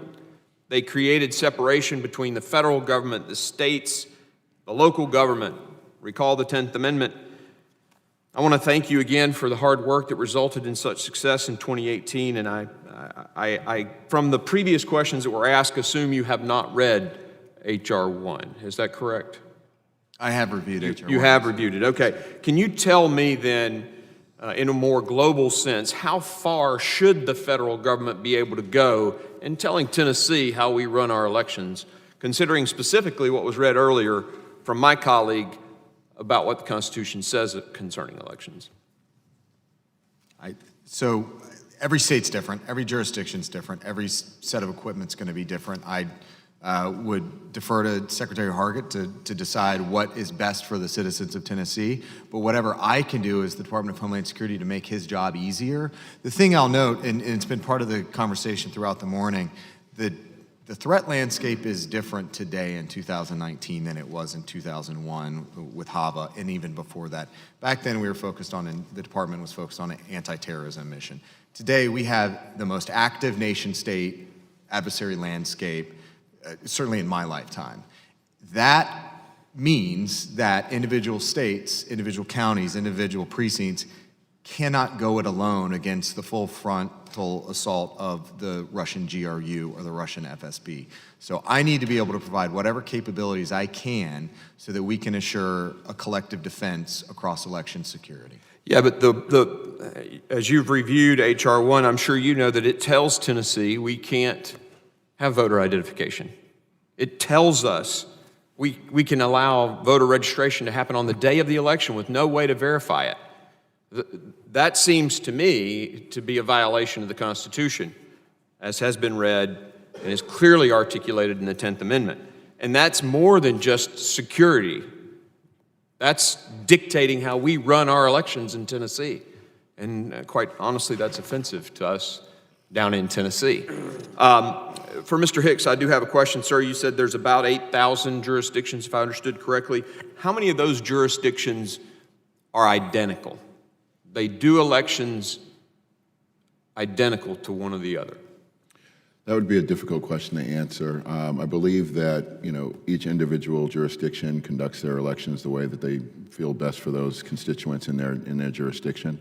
But the Election Assistance Commission goes to these, once invited, goes to these states and jurisdictions to offer our assistance, whether or not that's the $380 million that Congress appropriated or other aspects through our clearinghouse.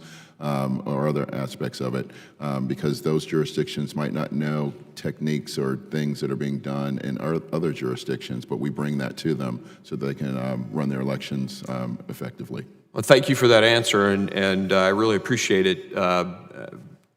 My issue isn't so much with with your help. We want your help. It's essential to protecting, but dictating how we run our elections in Tennessee, that's a little different. That's my point. Thank you very much. Chair now recognizes the young lady from Texas, Ms. Jackson Lee.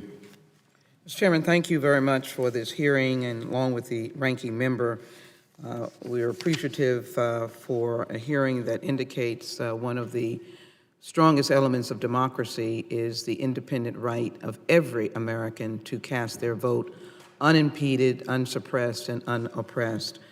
Let me ask you, Commissioner Hicks, and thank you for the Election Assistance Commission. In 2016, I believe then Secretary Jay Johnson joined with 16 other agencies, intelligence agencies, as I recall, the fall of the election, to indicate a conspicuous engagement of Russia into the elections. And let me just read a sentence. E-Deceptive Campaign Practices Report 2010, Electronic Privacy Information Center. They are, however, talking generally about what deceptive campaigns are attempts to misdirect targeted voters regarding the voting process or in some way affect their willingness to cast a vote. Deceptive election activities include false statements about polling place opening and closing times, the date of the election, voter identification rules, or the eligibility requirements for voters who wish to cast a vote.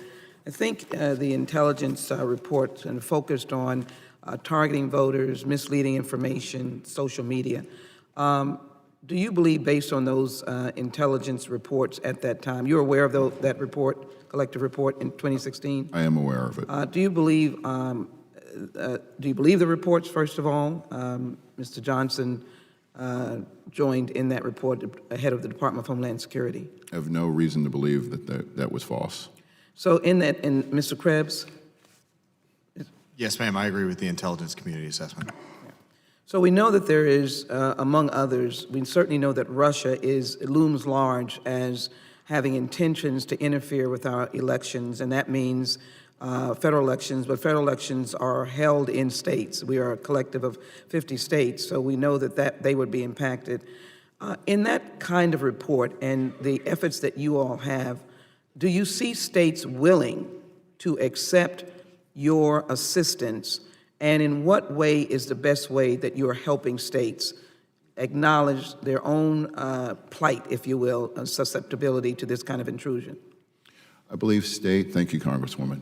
I believe states have come to the federal government more so than they were before, because there was a little bit of a hesitation that way. But I believe that communication has improved. to the point where states are giving their input through the Government Coordinating Council, working with vendors and other aspects of that through the Sector-Specific Council to ensure that the election's integrity remains high. So let me, because my time is short, go to the cybersecurity question for both of you to ask, or Director Krebs, you can start with this. Cybersecurity involves everything from large systems to small mobile devices. My question is about a host of technologies classified as edge devices that may have internet connections. How concerned should you be about edge devices and election technology security? So we be concerned. Yes, ma'am. I've briefly touched on some of those equipments that have modem or other telecommunications connectivity. Best practice, generally speaking, is to disable or remove that sort of capability. In 18, some just didn't have the time or the equipment to transition out. But it is something that across the risk profile of election infrastructure, it's something that we work on. We work with the state and local officials that have that equipment, and we work on transitioning and road mapping to more secure systems. To each of you, do you feel, in spite of your good works, that our election systems, state and federal, are still in jeopardy of intrusion? I believe that there can always be improvements to be made, and I believe that the work of the EAC can help with those improvements. Do you feel that would be foreign intrusions would be viable? And there's always progress to be made. Let me ask the chairman to submit into the record from the Brennan Center for Justice a study on securing elections from foreign interference. Ask unanimous consent. Without objection. And unanimous consent for e-deceptive campaign practices by the Electronic Privacy Information Center. Unanimous consent. Without objection. Two witnesses, just a yes or no answer. The help of this committee and legislative effort to improve your work along with funding, would that be of help to you, Mr. Hicks? Yes. Mr. Krebs? Yes, ma'am. Thank you very much. I yield back. Thank you very much. Chair now recognizes gentleman from Texas, Mr. Taylor. Thank you, Mr. Chairman. Thank you, Ranking Member. Appreciate the opportunity to be here. So in 2011, I carried the MOVE Act compliance legislation for the state of Texas. So in 2009, on a bipartisan effort, Congress passed a law that allowed states to do, or required states to do a better job of helping men and women who are serving in uniform outside of the United States to be able to vote. And that was a 4-year compliance period. So the states had 4 years to comply with it. And one of the reasons for that was that logistically, we had to change our election schedule in Texas. And so I'm sure my colleagues from Texas recall that all of a sudden they were filing, instead of in January, they were filing in December. And that actually required a constitutional amendment that had to be passed by the citizens of Texas. And so in working on that, again, on a bipartisan basis, it took a lot of lifting on behalf of the state to comply with that piece of legislation. This legislation is far more ambitious in what it endeavors to do. Have you done a study, Mr. Krebs, of what different states laws they would have to change or constitutional amendments that they would have to comply with H.R. 1? Have you done that, Mr. Krebs? No, sir. We're focused on the technical aspects. Okay. And Mr. Hicks, have you done that? Have you analyzed what constitutional amendments or statutory changes will be necessitated by H.R. 1? We have not. Okay. I certainly hope, if this is a serious bill, if this is something we actually think will be passed into law, that we've thought about at some level what we're going to have to do at the state level, because we cannot comply with this at the state level unless we've really thought about it. I hope this isn't a show bill. Commissioner Hicks, in terms of ballot stuffing of yesteryear, right? So we had ballot stuffing with paper ballots. Would the paper ballot provisions in H.R. 1 return us to the system of paper ballots? I mean, is that what we're doing? We're kind of going back in time? I guess I would need to read back through it because I don't interpret it that way. So the way I read it is that it requires paper ballots. Is that not what you understand? For auditability. Right, but so for auditability, and I think this is an important distinction that we should lay out here. So time now, in my county, we have electronic machines that print out on an individual machine-by-machine basis an audit of every vote, so that can be gone through and done with an audit. So the machines are auditable through a paper trail, not of the ballot itself, but of ballots are cast on that particular machine. if that makes sense. So as I understand this bill, everybody's got to stop using those machines and start buying new machines that are all paper ballots. That's my understanding of this. That's not my understanding, because there are some machines that might have a paper trail associated under glass, but it would be the verifiability of the voter to verify that piece of paper. Are there enough machines that will be manufactured between now and the beginning of the primaries in less than a year that we could actually implement this bill? I would need to talk to the vendors to see their capabilities of manufacturing those machines. So we don't know if it's even physically possible to generate the number of machines that would be required with this. I mean, I know there's funding in this legislation, but I'm just unclear whether or not it's even possible to logistically have all the machines in place. I would have to talk to the vendors themselves. So you don't know. Does anybody, Mr. Krebs, do you have any idea? I don't know, but I assume if there's money to be made, they'll figure out a way to do it. Well, and I think, and just as on a practical level, so actually in my home county, Collin County, Texas, I was actually an election judge before I was elected to the legislature. And in that process, I saw what happens when there are not enough voting machines. You have very long lines, people get discouraged, and they don't vote. And so you have a reduction in participation, which is it's a really disappointing event. It's a very sad thing when people show up to vote, they wait for an hour, they can't actually vote because there aren't enough machines. What provisions do we have in this legislation that would protect from that scenario? Because it seems like we're setting up in this rush to try to get a bill out the door to provide funding with very limited amount of time to put it together, so to speak, that we would make sure that we have enough voting locations that we don't have people lining up and then saying, I'm not going to participate, I'm not going to vote. I think states have done a great job of moving towards Election Day being the last day to actually cast their ballot. Some states have moved towards early voting or vote centers or absentee voting as well to alleviate the charge of having Election Day where 100 million people are trying to show up at the polls. Thank you. Thank you, Mr. Chairman. I yield back. Thank you very much. Let me, for the record, indicate for the members and the witnesses, we're technically here for only Section 3 of H.R.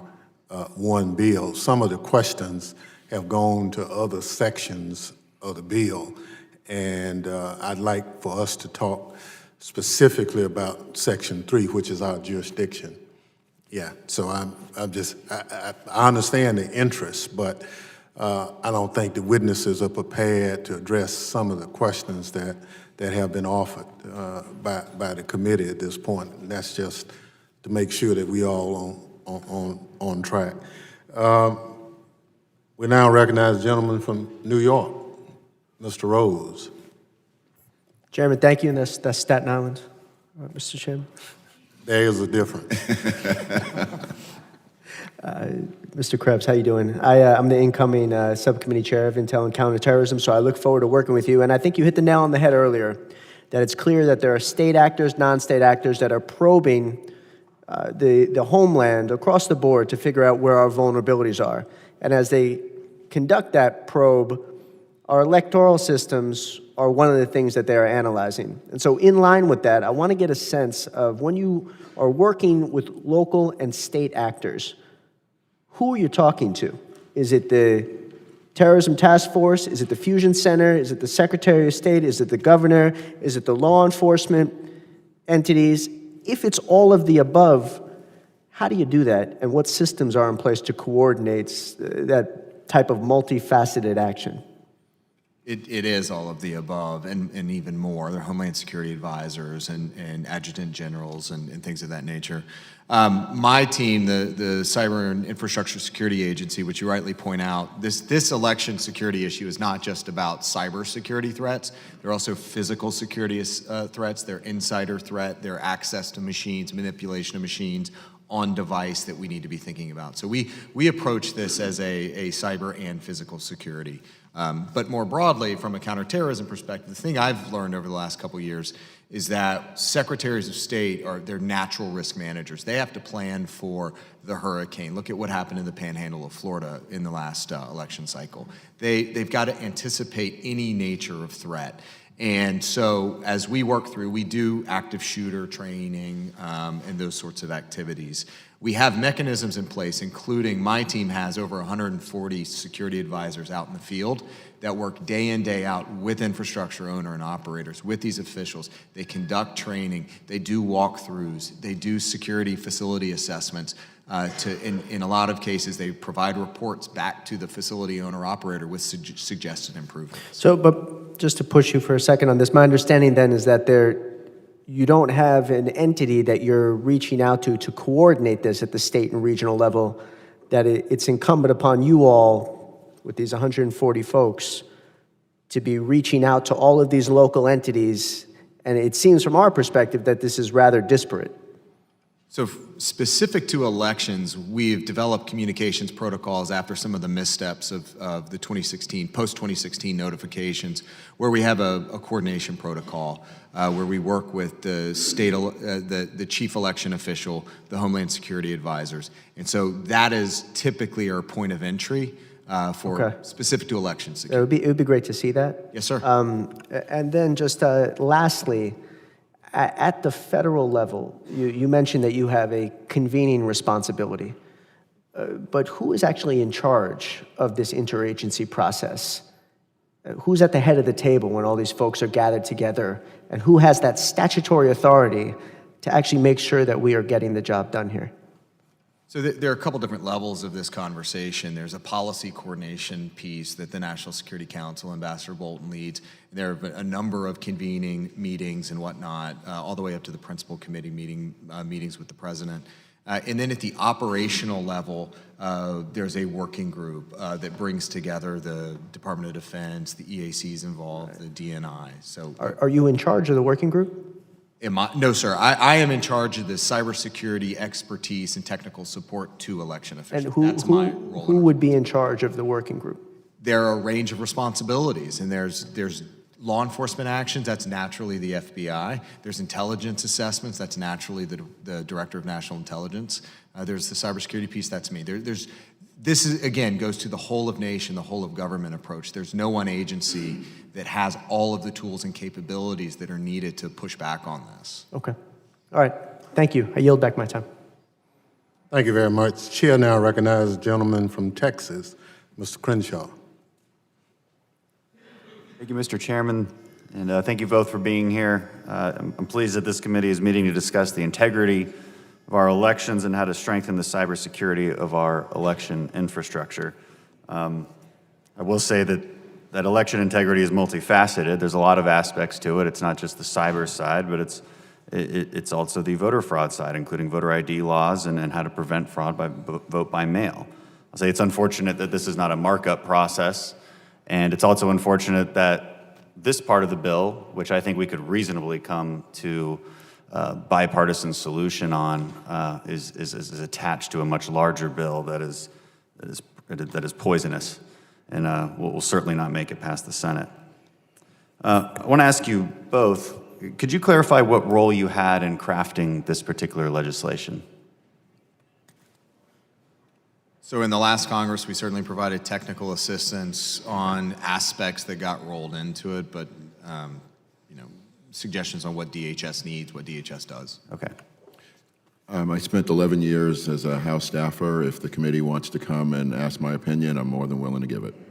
Okay, but you were not consulted prior to this hearing on what should be in this section of the bill? The committee, Chairman Thompson and then Chairman Brady invited me to speak before their task force, and I gave input there on various aspects.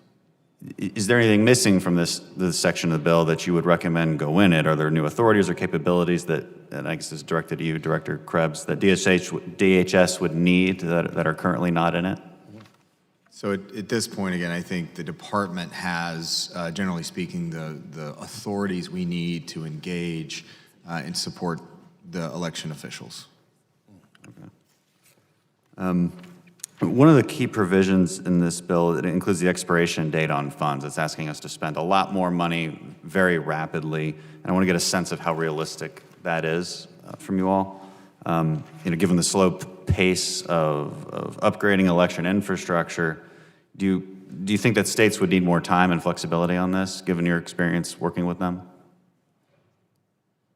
I believe that the chairman had talked about that this would go over for 10 years, and in that cycle there would be 5 federal elections, allowing for states to make improvements overall. If I believe that the provision was put in there because of the original HAVA provision that allowed states to use those funds in perpetuity. So this gives them a deadline to actually spend the money, similar to the 2018 provision, which only allowed for 5 years. Mr., do you have anything to add? Sir, our role is to help the election officials spend the money in the most risk-based and security-informed manner. Thank you, gentlemen. I yield. Thank you very much. Chair now recognizes the young lady from Illinois, Ms. Underwood. Thank you, Chairman Thompson, for calling this important hearing. And it's a hearing that's central to protecting our democracy, and I thank the witnesses for your testimony here today. My own state of Illinois was the target during the 2016 presidential elections, where the information of 76,000 Illinoisans were compromised by Russian hackers. And so while I'm relieved to hear from you that there are no known harms that were caused in 2018's midterm elections by nation-state actors, for me, and I think those on this panel, it's critical that state, federal, and local governments continue to collaborate to strengthen election security in the landscape of these ever-evolving threats. Now, my colleague, Congresswoman Slotkin, pursued a line of questioning with you regarding social media and some of the threats that you all have recognized. My follow-up question at the end of your response, sir, Mr. Krebs, is that you said that the enemy was changing tactics. And so what should we be looking for in 2020 to ensure that we are continued preparedness, particularly at these state and local levels? That is exactly the question. What do we need to be prepared for? We have a habit of defending against the last attack, and so we can close out the last avenue of attack. We can patch vulnerabilities. We can configure systems more securely. But if we've seen anything, the adversary gets ahead of us, anticipates. So what we are working through right now is what could an advanced actor do? This is a personal perspective, but I tend to think that they could look back and exploit, hey, we were in that system, we're in there again, but they might not really be there. Right. So they, in one way to look at it is the Russians in some cases are living rent-free in our heads. And so how are they going to take that to their advantage without actually being on network, but using their social media tools, their influence campaigns? So staying ahead of them and their ability to spread false information. It's working with social media. It's working with the traditional media in a content-neutral way, but getting ahead and anticipating the things they may try to push. But most importantly, and this is again goes to that whole of nation approach, what can we do to better inform the American people of the risks that are being presented to them and the information that's being presented, and again, to make them more informed consumers? So more concretely then, you perceive social media to continue to be a significant threat heading into 2020? I see from a cost, effectiveness, and risk perspective, that is probably, it's cheap to do, it's highly effective in terms of broad impact, and it's comparatively low risk compared to on-network activity. So I think that it's going to remain a tool in their toolkit. They continue to do it to this day. And what's most concerning is more actors, including the Iranians and others, are getting into that game following the lead of the Russians. Sure. And one of the trends that we've seen, at least in Illinois, is the rise in popularity of early voting, taking advantage of vote by mail, or as we call it, vote at home. And so wondering about any specific threats. Obviously, social media is probably less relevant in that stage of voting in an election. So just wondering if you had any specific threats that you might want to make this committee aware of. I'm not aware of any specific threats to early voting. The thing I'll note, though, is early voting provides us earlier opportunities to spot anomalies through the auditing process and other security fallback measures. So in some cases, it actually advantages the defender. And in your experience, every jurisdiction is engaging in that auditing process throughout the early vote period? I'm not sure I have enough information to say that conclusively. Where would we go to find that out? In part, we'd need to work with the EAC through some of their mechanisms. Okay, thank you so much. I yield back, sir. Thank you very much. Chair now recognizes the other gentleman from Mississippi, Mr. Guest. Thank you, Mr. Chairman.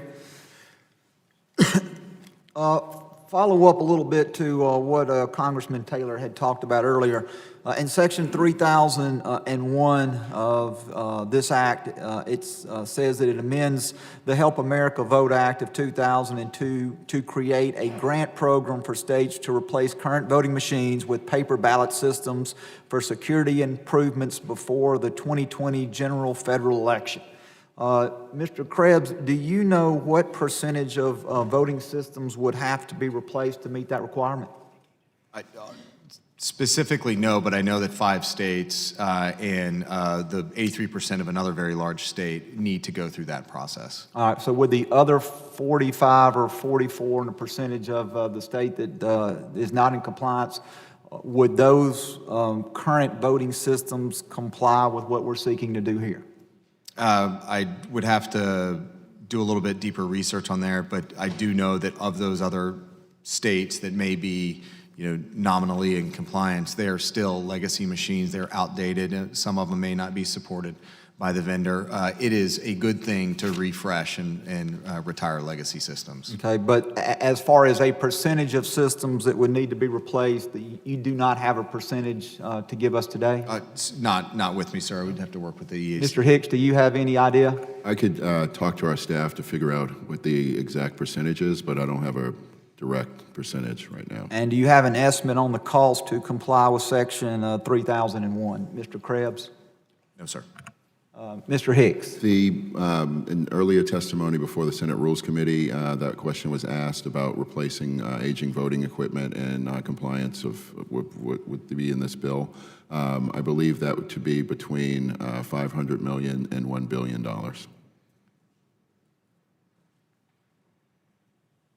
And I know there was previous testimony that at least 45 states currently use paper ballots, and this may have been testified to earlier, and I may have missed it. Outside of Georgia, what were the other 4 states that do not currently use paper ballots? South Carolina, Louisiana, I believe New Jersey, and I would have to get the rest of that. In Delaware, yes. And then, Mr. Krebs, you said that there was another state that was partially in compliance with using paper ballots. Pennsylvania, yes, sir. Pennsylvania. And what percentage of Pennsylvania did you say does not currently use paper ballot? I would have to get back to you with specifics. It's somewhere around the 80% number. I'll note that all 5 states that are don't have paper trails right now, and the state of Pennsylvania, are all on a path towards voter verifiable paper trail. These are good things. This is a good trend. And those states that we've just talked about that are on that path, do we have any idea as to whether or not they will have paper ballots for the 2020 election cycle? I don't know if all 5 of those will be, but I know that they are on that path to comply with that. But I would also say that whatever path they take to ensure that those folks who have disabilities can still vote independently and privately as prescribed by the law in the Help America Vote Act. And then finally, Mr. Krebs, in your report on page 6, you say that our voting infrastructure is diverse, subject to local control, and has many checks and balances. Do you believe, Mr. Krebs, that elections should remain under local control? Yes, sir. Do you, Mr. Hicks, do you also believe elections should remain under local control? States and localities are the ones that run elections. Thank you. I yield back, Mr. Chairman. Thank you very much. Chair now recognizes the gentleman from Texas, Mr. Green. Thank you, Mr. Chairman. Thank you for your leadership and allowing me to serve on this committee under your leadership. I am a person who loves his country, and I love my state. But I've heard this 10th Amendment argument before. Lonnie Smith was a dentist in Houston, Texas. He wanted to vote, but there was a white primary. Smith versus Allwright, 1944, went to the Supreme Court of the United States of America. Lonnie Smith prevailed. that ended white primaries. 10th Amendment arguments been used consistently by some states to deny rights. Texas is one such state. I love my state. But Texas has been a bad actor for decades. I love my state. But my state currently has a poll tax in contravention of the 24th Amendment to the Constitution of the United States of America. They talk about this photo ID, and we'll give you an ID if you can't afford it, if you're indigent. Well, I tested that system. I voted without my proper ID, had some time to secure the proper ID. The state of Texas will accord you an ID at no cost if you're from Texas. Because in my case, I'm from Louisiana. I had to get my birth certificate from Louisiana to get my ID in Texas, and I had to pay a fee for that. Clever ways to disenfranchise. So I thank God for the federal government and the stand that has been taken over the years to protect the rights of people in states. I don't think that's in contravention of the 10th Amendment. Now, to my question. You said, Mr. Hicks, that the states are moving towards some sort of paper component, I believe is the phraseology that you utilized. Paper trail is what people at my level of life would probably say. Why are they doing this? What's the rationale for moving to paper verification? It's a little bit of two things. One, I believe it's confidence to ensure that if there's an audit being done, that there is some sort of physical trail that people can point to and do a physical count of that. The other is, I believe, just moving back towards confidence as well. So, confidence, and the level of confidence that we aspire, that we desire to have, is that one that would give us a belief that if there has been some sort of intervention, we'll be able to detect it, and that paper, verifiable paper, may be of assistance? there could be. And if this is the case, that verifiable assistance by way of paper is something that is of value, can you give me a good reason why we would oppose having verifiable paper, given that states are moving toward it, and given that if there's some value in it? Why would we oppose it? What's a good reason to desire a system that doesn't have this type of verification? The biggest reason that I've heard over the years is those folks who have disabilities, who may not have the dexterity functions to handle that paper and to verify it. So if I am without sight, I can't verify a piece of paper physically. I think that technology is moving towards allowing folks who have sight disabilities to be able to verify that, but they still would have to physically use that paper. I believe that we've come a long way since the 2000 election in terms of technology and moving forward. For instance, back in 2000, everyone in this room probably has a smartphone. No one had those issues. So as we move forward with technology to allow for people to cast their ballots and so forth. The other aspect of that is people who live overseas and are in combat areas where they might not have access to a fax machine to fax that back or the ability to get that piece of paper back. But to ensure that our military and overseas folks still have a way to cast their ballots for the rights that they're defending for us all. Thank you. And persons who need assistance in polling places, we currently allow that. If you need some sort of, if you're visually impaired, we allow you to be assisted. And there are ways to deal with our military personnel in foreign places, distant places. The empirical evidence seems to indicate that there's more value in having it than not. Is that a fair statement? Yes. All right, thank you, Mr. Chairman. I yield back. Thank you very much. Chair now recognizes a young lady from Florida who comes from a state that has some minor experience in voting issues. Ms. Dimmons. Thank you so much, Mr. Chairman, and thank you again to our witnesses for being here with us. Everybody in this room clearly understands the deep, dark, ugly history that our great nation has as it pertains to voter suppression. And I would think that this committee would lead the effort in making sure that we have a system that allows citizens of this country to be able to exercise their right to vote. That I would believe in this country that we would ensure that race, gender, economic status, or zip code would never again be barriers to a person's right to vote. So I want to thank you, the two of you, for what you do to make our process fair. I am from Florida, and let me just say I am not offended when Florida, people all over this nation question what in the heck is going on in Florida. I'm not offended by it because I am committed to making sure that we get the process right. We can never underestimate how important the cooperation is between federal, state, and local governments are to making sure that this process is right. In the November's election, 20 states, including my home state of Florida, elected new governors.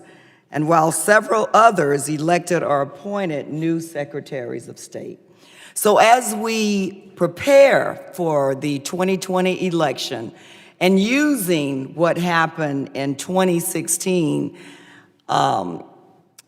kind of as a tool that we will not forget, looking at the vulnerabilities and the experiences of 2016, I'll ask both of you, what outreach have you participated in to secretaries of state, to new executive officers or governors to make sure that they are prepared for the 2020 process? Thank you, Congresswoman. That's a great question. We work very closely with the National Association of Secretaries of State and actually participated in their winter conference 2 weeks ago, where I've met several of the new secretaries myself. And we also work with the National Association of State Election Directors, who also had their conference a couple of weeks ago here in DC, where I've met several of those new folks. We work very closely with them to find out what sort of assistance the EAC can have. In 2018, we held a summit at the National Press Club, where it was well attended, broadcast on C-SPAN, where we talked to people about preparing for the 2018 election. 1 month before the 2018 election in October, we held another summit in the Congressional Visitor Center, where members of Congress and others were able to kick the tires on voting machines and hear from election officials themselves about how they were preparing for the election coming up. I believe that the EAC is looking to hold additional forums this year and next year with disability groups and state election officials and others so that we can continue our partnership. I believe that we've come a long way from when folks were not looking favorably upon the EAC, and I would ask that you talk to or ask the question to the secretaries of state, and I might be a little worried about this, but about how we're doing and moving forward. Are there other things that we can do to improve the process? But at the end of the day, this is a partnership where we hope to do what's best for the American people and ensure that the confidence remains high. I journeyed to your state in December to go down to Bay County and talk to folks and find out what actually happened and how they prepared for the election, since things were destroyed. They were cleaning out voting equipment with toothbrushes, basically, but they still pulled the election off. And we want to be able to provide them resources, not just monetarily, but advice on how to prepare for 2020 and moving forward. Thank you. Director Krebs? Briefly, I have the advantage of having a field force, 140 folks out in the field. Their top priority as these new secretaries were being sworn in was to get meetings on the books. Unfortunately, some of those meetings were disrupted by the shutdown, but those are back on the books. We are engaging full speed ahead. Great. Thank you so much, Mr. Chairman. I yield back. Thank you very much. Chair now recognizes the gentleman from Missouri, Reverend Cleaver. Thank you, Mr. Chairman. Thank you for being here today. This is not a trick question, but I'd like for both of you, if you could answer the question. Do you think that we have an election process that's equal in this country? Sorry, could you repeat the question? Are the elections in the United States of America equal? If we have a presidential election, are all votes equal? One person, one vote, so every vote counts equally. Mm-hmm. I'd agree with you that. agree with Yes, that? sir. And so everybody who votes should have equal access to the voting booth. Every eligible voter should have access to a ballot, not necessarily going into a voting booth as well, but have access That's good. to a That's ballot. okay. Yeah. Yes, sir. Okay. I don't think elections are equal. And I think I can prove it rather easily. If you live in Oregon, you can vote on Sundays. You can register all the way up to the election.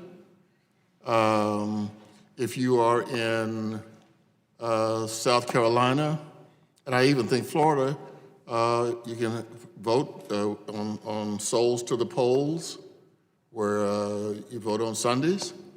In Missouri, you can't do that. In the neighboring state of Kansas, you can't do that. In Iowa, you can't do that. So something is not right in terms of having equal access to the ballot. I mean, to the voting precinct. Some people have a greater opportunity to vote than others. Am I wrong or am I right? Thank you. No, go ahead. No, I was going to say that I believe that if Congress wants to give the EAC more direction on how to improve the process, then we are more than willing to help it. I believe that states are moving towards early voting. I believe that states are moving with the $380 million to refine voter registration processes, and we will continually work with states to improve the process. The U.S. Postal Service does a great job in terms of vote by mail, but I think there are other aspects that we all can improve upon. But you do understand that there are some states fighting it. Yes. So am I right or am I wrong, Mr. Krebs?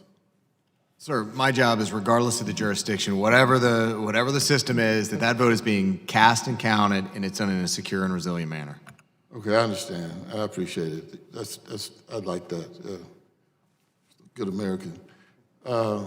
Okay, I'll declare I am right. And I think I can prove it empirically that we don't all have equal access to the voting. Okay. The other thing. Our conduct is always based on cost. You know, we do something, there's a cost to it, or for the most part, there's a cost to everything. I'm wondering, we all have been told by our intelligence agencies that Vladimir Putin ordered interference with our elections, and we have been, and this is a direct quote, they will be back in 2020, FBI. In your opinion, Mr. Cross, have the Russians paid a price for interfering with our elections? There's certainly been a significant amount of pressure and pain put upon the Putin administration, sanctions, other diplomatic actions, a number of indictments against GRU actors. we will continue to push them. We will continue to defend. My mission is to help state and local officials protect their networks, defend their networks, and that's what we focus on every single day. 6.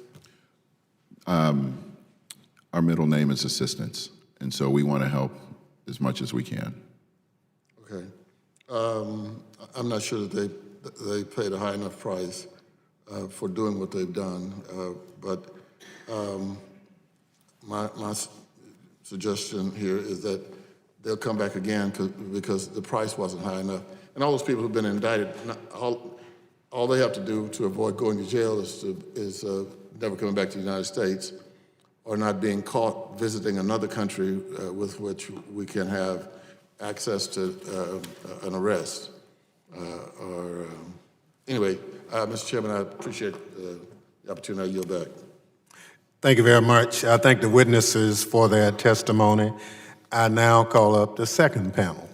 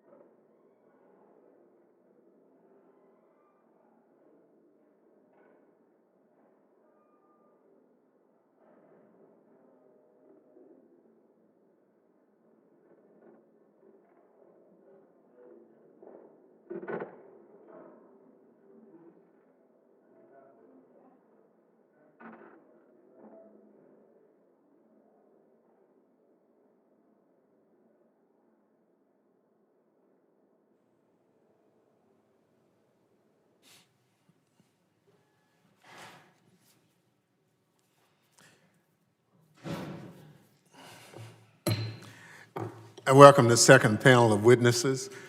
First, let me thank all of you for being so patient.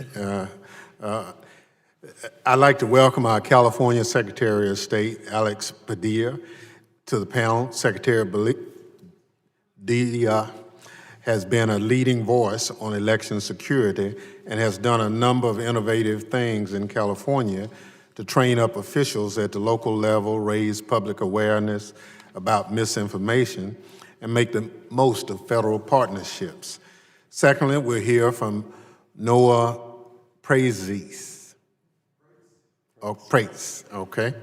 There is an issue with a Mississippian and an Alabamian in pronunciation, who until very recently served as the Director of Elections for Cook County, Illinois, where he oversaw elections in one of the largest counties in the U.S. Third, I'm excited to hear from Mr. Jake Braun, the Executive Director of the Cyber Policy Initiative at the University of Chicago Harris School of Public Policy, and also a co-founder of the DEFCON Voting Machine Hacking Village, the world's only public third-party inspection of voting equipment. The research we've seen come out of DEFCON has been instrumental in helping us understand our vulnerabilities and help us move the conversation on election security forward. Finally, I now recognize the ranking member, Mr. Rogers, to introduce Mr. Merrill, our minority witness today.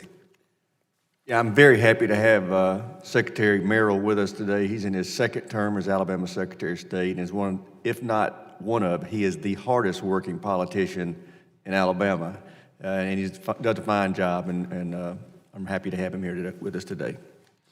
Without objection, the witness's full statements will be inserted in the record.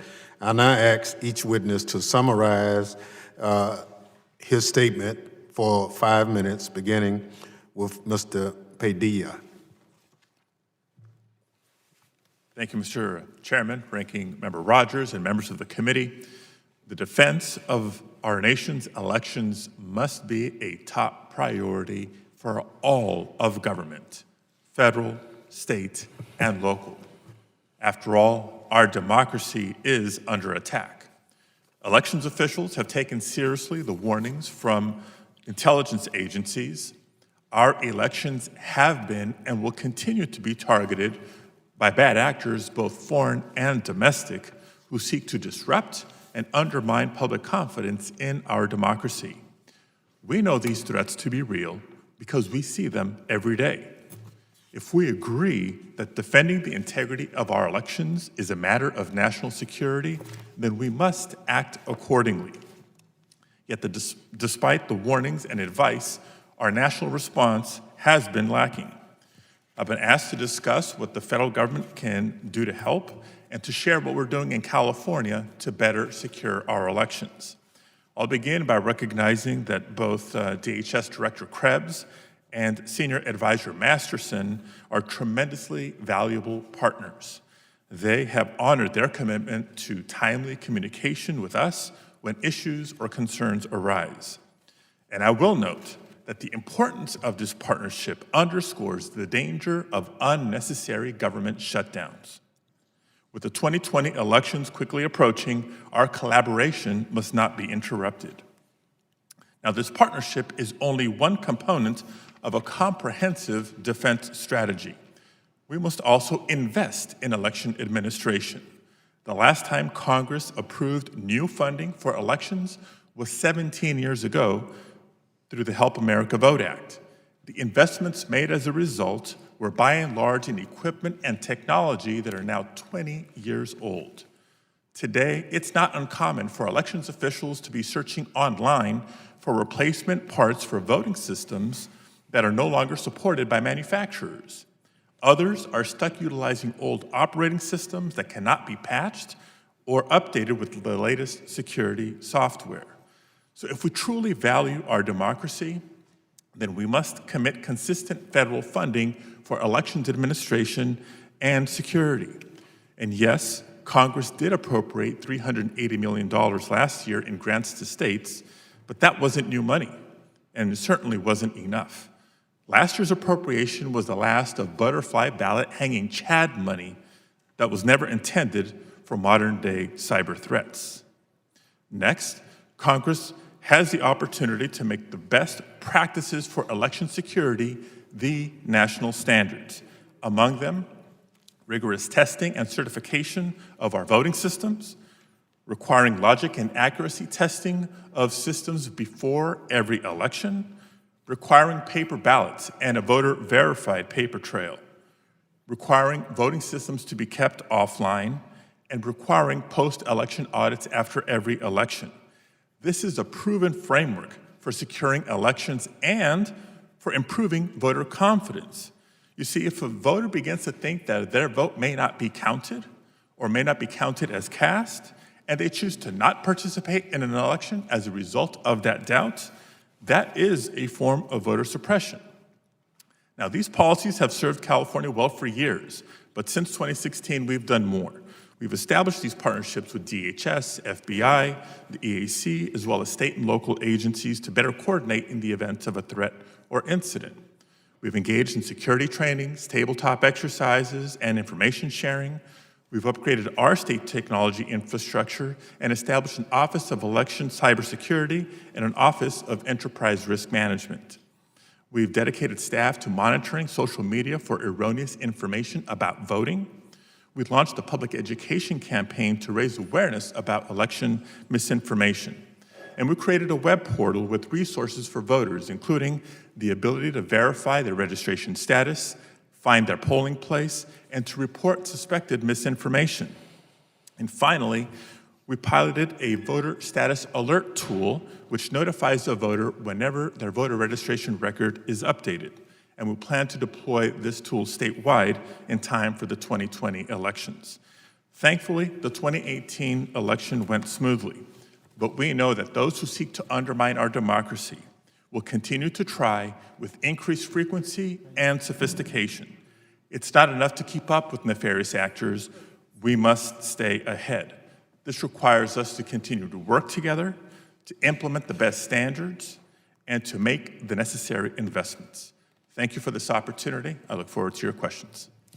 Thank you very much. Next, we'll hear from Mr. Prates, who will, until very recently, served as the Director of Elections for Cook County, Illinois.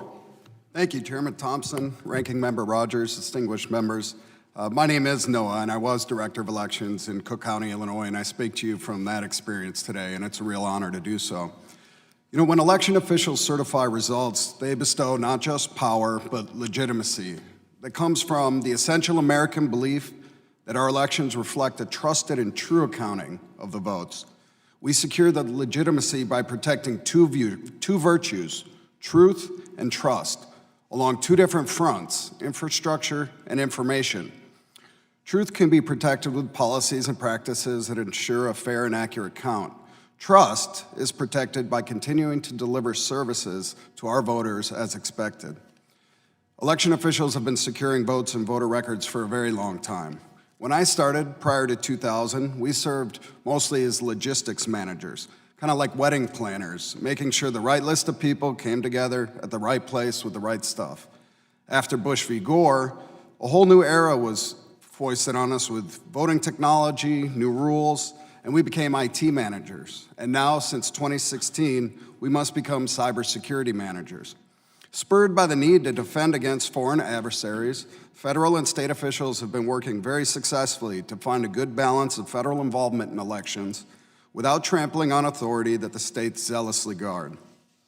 State election officials who protect statewide voter registration lists everywhere and more systems in some states, and who are often the spokespeople defending our institution, deserve great credit, particularly their lead blocking in 2016, but also their leadership in the lead up to 2018, by accepting the premise that we're a target and that we are vulnerable. The federal agency, led by Director Krebs and with Masterson's help, charged with providing direct support in this area, has also met the continuing demand for information and for services.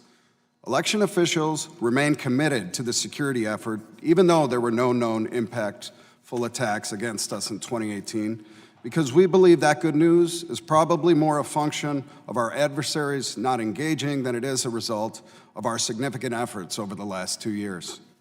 And at the risk of being overly broad, I wish to underscore that local election officials are the ones who control, secure, and run elections. 108 in Illinois and over 8,000 nationally are on the front lines.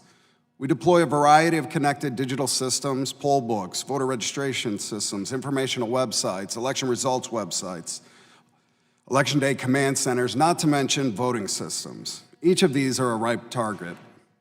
Most local election officials are city or county officers, 2 or 3 people, and they're facing down shadowy, powerful adversaries, kind of like Andy and Mayberry sent to repel an invading army. Locals need advice, support, resources for modern defendable technology and routine hand-counted audits, which can give confidence that the digital results are accurate. But secondly, and I think more critically today, they have a pressing need for top-notch personnel with the skills to navigate the current cyber battlefield. In Cook County, we undertook significant efforts at securing the infrastructure and helping raise awareness within the ecosystem. We concluded that to decrease the likelihood of successful attack, each local election official must have access to an election security officer. We suggested this be handled by a brigade of cyber navigators supporting local election officials. These navigators would adopt the mantra of defend, detect, recover. They help improve defenses following specific recommendations already out there from the Center for Internet Security or the Defending Digital Democracy program at Harvard. They establish breach detection techniques, and they help develop recovery plans for when attackers do successfully penetrate the first or second line. To accomplish this, navigators secure free support on offer from Homeland Security, state governments, and companies like Google, Cloudflare, Microsoft. They work with state and county IT staff, and critically, they'll work with the deeply embedded election vendors who are strategic partners that provide locals with much of their current support. Incidentally, Illinois lawmakers spent the HAVA funds you released on a Navigator program, with $7 million allocated to support each county, 108, more or less equally with human expertise. 9 navigators, each supporting about 12 counties and serving as their election security officer. The remaining HAVA funds were to be spent with some recognition that bigger counties like Cook County are likely more high-value targets. Voters should feel broadly confident that we have resilient systems and that election officials are taking this problem very seriously. But they should also understand that without continued investment in people and products, the possibility of a successful attack increases. Some losing candidates are already apt to call their defeats into doubt. A new digital breach, no matter how far removed from the vote counting system, could turn sore losers to cynicism, disbelief, even revolt. That's the reaction our adversaries are looking for. The bottom line is we cannot eliminate every chance of breach. We can make sure that successful attacks are rare, and we can provide assurances that we are prepared to recover quickly when they happen. We do this with support at the local level. Thank you. Thank you very much.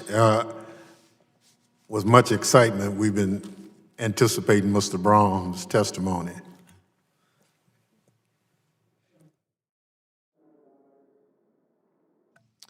Chairman Thompson, Ranking Member Rogers, and distinguished members of the committee, thank you for the opportunity to speak to you today on this important issue. I also want to thank my co-panelists, Secretary Padilla, Noah Prates, Secretary Merrill. They have led this nation in securing elections and have become a model for other election officials around the country to follow. And so with that, I am Jake Braun. I am the Executive Director of the University of Chicago Cyber Policy Initiative at the Harris School of Public Policy. I'm neither a technologist nor an election administrator. However, I've been working this issue for about 15 years from 3 kind of distinct vantage points. A few years ago, I worked on voter protection issues for multiple presidential campaigns. Then, during my time at DHS, I worked on this issue from both a Homeland and national security perspective. And then most recently, I co-founded the DEF CON Voting Machine Hacking Village. DEF CON is the largest hacker conference in the world, and the Voting Village, as we like to call it, is the only public third-party assessment of voting equipment on the planet that we're aware of. And one thing that has become clear to us, clear to me, as I've worked on these issues from these different, very different perspectives over the years, is that this is a national security issue. This is not kind of an election administration nuisance. What I would argue that the committee is solving for here is they're not solving for dangling chads. They're solving for how do we stop an existential threat to the United States from undermining our elections. And so let me give you a few kind of key findings from the most recent DEF CONs that help elucidate that point. So thing one, the supply chain for the equipment, both the software and the machines, is global. And many of these parts are made in places, nations that are unfriendly to the United States, like China. Hackers, nation-state hackers, could put malware on firmware for these machines and other devices used to implement elections, and hack whole classes of machines all across the United States all at once and never have to leave the Kremlin. That is not something that any local election official can be expected to deal with on their own. That is a national security issue, and therefore Congress must act to support them. Secondly, both DEF CON, the Senate Intelligence Committee, and OWASP, which is the national or global head of website security, have identified nearly identical threats to website attacks across the country. On top of that, as was stated previously in this hearing, there are multiple states that don't have paper trails, much less audits in place to re-engender trust if there was an attack on their elections. And so it may be simply an attack on election reporting website that undermines trust in an election, especially in states like those without paper trails and audits. On top of that, there's been reports since 2016 that Russia has actually hacked election results reporting websites in the United States already. And on top of that, we know that Russia did this in the Ukraine, where they coupled their attacks on the election reporting websites with fake news they put out saying that their candidate had won when in fact he had not. And all of this together, fighting back an onslaught of attacks from both a cyber and media perspective from a nation state is something that no local election official can be expected to do. That is a national security threat, and therefore Congress must act to help state and locals deal with it. Finally, the cyber industry itself the election industry itself is cyber immature, as we may say, meaning that oftentimes, even when vulnerabilities are told to vendors, they don't get fixed. For example, back in 2007, there was a vulnerability disclosed to a vendor and for a specific machine. This machine is used in 23 states, counts millions of ballots in a national election, often thousands of ballots locally in a particular jurisdiction. And we went back and looked at that same machine at DEF CON last year, and that same vulnerability still persisted. So over a decade later, the vulnerabilities still have not been fixed. And to be clear, the attack that was used on this machine is an attack that could be carried out remotely by foreign hackers on foreign soil. It's an attack that can jump the erroneously named air gap and take over a machine completely to delete or add whatever types of votes you would want. And by the way, this all may sound very hard. However, most of these attacks were done by hackers that are generalists with no previous access to the machines, no knowledge of the machines, and no specialized training on how to attack these machines. Okay, so that's all the bad news. But there's a few good things to highlight here. One of those things is the security measures in this bill. They are very good. I think that my colleagues have highlighted some incredibly important things like audits, paper trails, improving cyber hygiene, money to state and locals who desperately need it to improve their cyber hygiene posture. But there's also a few other things. Number one, there's money for R&D. The current state of the machines nationally is such that they are essentially unsecurable, and we desperately need new machines around the country. However, the market for machines is such that the margins are so slim for the vendors that they will never be able to put the money needed into R&D to create machines of the future that can secure our elections. And so Congress thus needs to help with that. Number two, there's a very innovative bug bounty program in there, which I think creatively helps solve the cyber workforce problem, which is a very serious problem. And then finally, there's a vulnerability disclosure component to it. And so thank you very much, and I'm happy to answer any questions. Thank you very much for your testimony. I now recognize Mr. Merrill to summarize his statement for 5 minutes, or do the best you can do. Thank you, Mr. Chairman. I will. I appreciate that. I'm honored to be with you. Ranking Member Rogers, thank you so much for the invitation to come and share with you all today. I'm John Merrill, and for the last 4 years and 25 days, I've had the privilege to serve as Alabama Secretary of State. In our state, as in 35 plus other states in the Union, the Secretary of State is the person that's responsible for the election system in that particular jurisdiction. And I think it's important for you to know some of the things we've done in Alabama and some of the thoughts of some of the people that I represent that have similar positions to the one that I hold. As far as Secretary of State's role is concerned, we have pre-election, election day, and post-election activities that we're responsible for. We coordinate all voter registration efforts in our state. We certify the ballots. We also monitor and enforce campaign finance laws at the state level. We ensure participation in the elections process through awareness campaigns. We have election day and election night reporting systems that we've created, and we compile and certify election results. We also engage in partnerships with our public and private partners and independent partners in different ways. We work with our county and municipal governments as well as federal agencies when it's appropriate, including but not limited to the Election Assistance Commission, the Department of Justice, the National Guard, the Department of Homeland Security. And our relationship with those entities has improved over the last 3 years since we had this type situation first introduced to us. In our preparation for the 2018 election cycle, we concentrated in the areas of cybersecurity, election integrity, which also includes enforcing the laws. And we use paper ballots in Alabama. We're going to continue to do that. And by federal law, anybody has to retain the federal ballots for a period of not less than 2 years. That's federal law already.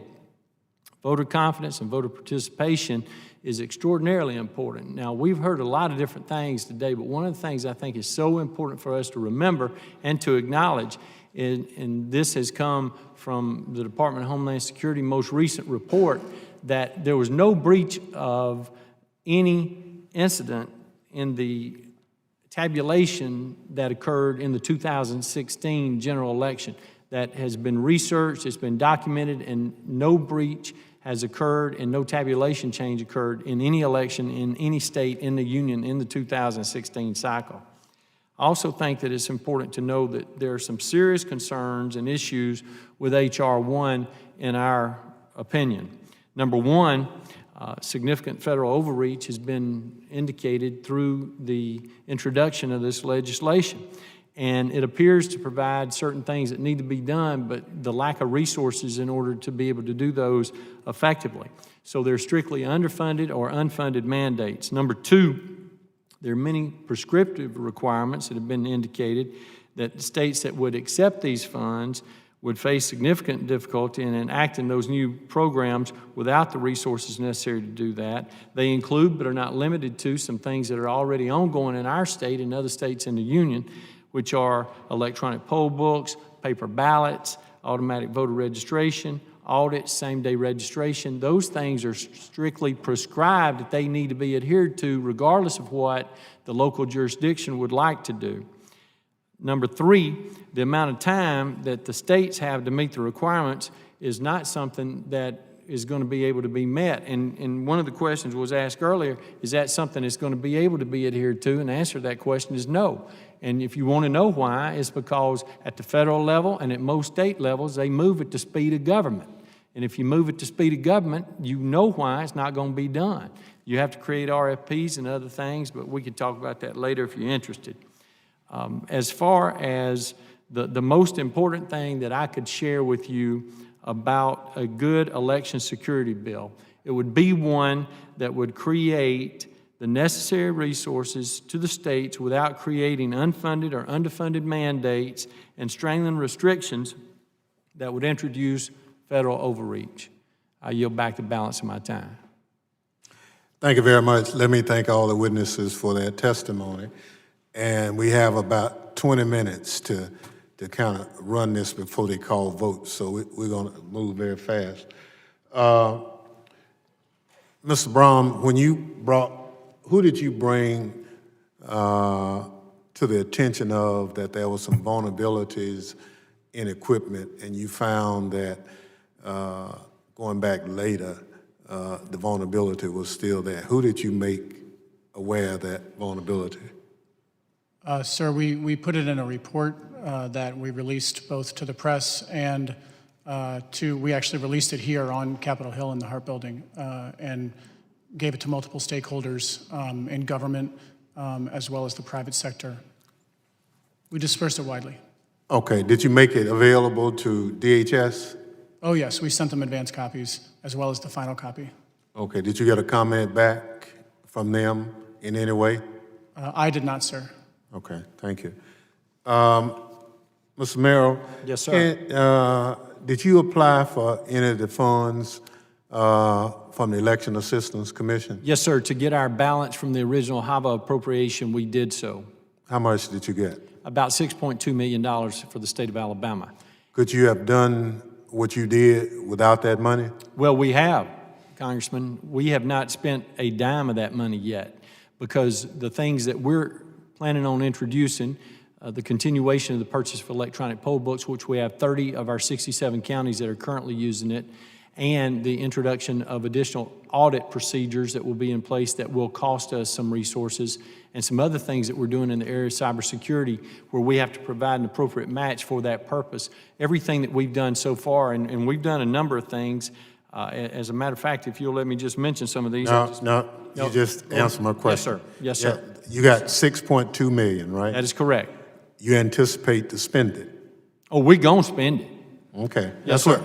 That's what I'm trying to get at. Oh, yes, sir. So you saw the need for additional resources? Congressman, I always see the need for additional resources. Okay. Yes, sir. Mr. Padilla, couldn't you tell us how much California received? California's share of last year's appropriation was about $34 million, and it is pretty much being spent, if not having already been spent in the current fiscal year budget. And it's in a number of areas. Some of it is in hardware, software upgrades to our VoteCal, which is our centralized voter registration database. Others for security improvements in counties' access to that same database. We've dedicated some of the funding, per AACD CHEST recommendation on training, right? Cyber training is as important as cybersecurity to make sure staff at the state and at the local level are practicing all the best cyber hygiene practices as well. And I want to make a special comment on the timing of this, because I've heard this throughout the Q&A of the first panel. Is there enough time? Is there enough time? Is there enough time? It sounds like an argument to not move forward with offering states additional resources. There are ways to expedite how that money gets from the federal government to the state government down to the locals who need it the most. First of all, Florida 2000 triggered HAVA. HAVA was 17 years ago, and the final disbursement of those dollars was just last year. The federal government can move more quickly in appropriating, not just approving, but appropriating the monies to states. The 2016 election kind of revived a lot of these conversations, yet it wasn't until April 2018 that those final HAVA dollars were moved. So the federal government can move a little bit quicker. At the state level, we've learned how to accelerate that money, the investments being made at the local level by entering into contracts with counties to move their money to them on a reimbursement basis. So the fact that the check is not in hand should not hold up counties being able to make the investments that they need to make. Once they know that they can count on being reimbursed, a lot of counties are willing to move more quickly and bring those security benefits to the elections. So, thank you very much. Mr. Braun, supply chain is important also. I mentioned it to the last panel, and I was given this assurance that we're in a global economy and everything was fine. I heard a little something different from your comment. Can you elaborate on that? Sure. This is kind of a known thing that Russian hackers, as well as other nation states, hack parts in the supply chain all the time. I think, anybody who questions whether supply chain or remote hacks are possible, just look at Stuxnet. Those centrifuges were buried in concrete vaults underground in the desert, and folks were still able to get in there and take those out. And anybody who thinks that undermining our institutions and our democracy is any less of a strategic importance to Putin than taking out the Iranian nuclear program was to those who did that is very mistaken as to the stage. I agree. So we have to, on that end, pay close attention to who providing the equipment for our elections. Without question, there needs to be assessments of the parts and where they came from and inspections of them and a whole regime put in place for that. Thank you. Yield to the ranking member. Thank you, Mr. Chairman. What I've been making the point in my earlier questioning and trying to emphasize is Secretary Merrill said he hadn't spent any of his money yet, and Secretary Padilla said he started spending it. It just takes time. This money's not going to fix anything just in 1 year. It's going to be a process. It's, in most cases, going to take several years. And that has been my only point. Secretary Merrill, the purpose of this hearing is to review H.R. 1. even though we're not going to be marking it up. Is there anything in H.R. 1 that you find helpful to you in securing elections? No, Congressman, there are some things that we find restrictive because of what we would have to do to adhere to certain guidelines that are in the bill that are associated with the allocation that would accompany it. If we were marking it up, which we're not, what would you suggest we do to improve it? Well, one of the things that I would encourage the members to do is to make an appropriation that established some level of guidelines but did not have strict adherence that had to be met so that the local state or the local jurisdiction would be able to purchase equipment or be able to purchase services or be able to purchase types of products that were necessary for them to administer their elections in the way that they saw fit and the way that was best for them. Because in my mind, it's always best to make those decisions at the local level as opposed to the national or the state level going down to the local jurisdiction. Secretary Padilla, same question. What would you do if we were marking up H.R. 1 to improve it, if anything? I appreciate the opportunity. So there's an element of H.R. 1 that establishes not just timetables for DHS testing and certification of voting systems prior to their being used by states. That element fails to recognize there's a handful of states, California being one, that has established testing and certification at the state level, where we statutorily require our state standards to meet or exceed the federal guidelines. So an allowance for those states to test at the state versus requiring a duplicative federal testing or certification, and as long as the timetable suits us in terms of properly administering the elections, that flexibility will be helpful as well. Let me ask this. You heard Mr. Higgins earlier in the questioning, the previous panel emphasized that there are scores of thousands of voting locations around the country. When you get the HABA funds, and this is for Secretary Padilla or Merrill, do you prescribe standards that counties must adhere to for you to fund their purchase of equipment or training? Yes, sir. Actually, that's done, Congressman, in the legislation that was approved when HAVA was first adopted. One of the things that we discovered was that that was not always being adhered to whenever that appropriation came and it was approved at the state level. So we made sure that we have had training and we provided training to our local jurisdictions as well. So you just don't write a check to the local city or county? Certainly not. And you say that's a federal requirement? Yes, sir. There are certain guidelines that were established in the HAVA appropriation that said these are permissible expenses. And if you go outside of that, then somebody should be held liable for that. That has not happened in the past. Another frustration that we've experienced is when those additional dollars came, they were complementing what happened in 2003. Well, what happened in 2003, and of course, that was your first session in the Congress, was that there was no deadline on when those funds had to be expended at the state or local level. Right. We have a number of counties in our state that received an appropriation 15 years ago, and that money is still sitting in their bank account. Now, it looks good to those people that live in that county, but those resources are not spent. They're supposed to be used to benefit all the constituents that live in that county in that particular jurisdiction. In our instance, in the 2,401 individual jurisdictions where we have voting precincts. Okay. So, Mr. Braun. If I may add. Certainly. So similarly, in an agreement, the guidelines that are established at the EAC or at the federal level as those monies move. I made mention earlier how this contract reimbursement basis with counties allows the investments to be made earlier. It also provides through those contract reviews an additional point of compliance, if you will, or verification that indeed the expenditures being made are consistent with those federal requirements. Great. Mr. Braun, we all know that Russia's been meddling in our elections by disinformation for decades, and just like as they do countries all around the world for decades, particularly in Eastern and Western Europe. But you made a point a few minutes ago that the chairman addressed slightly, but you said that there have been incidents, from my understanding, there have been no incidents of hacking in the 2016 or 2018 elections.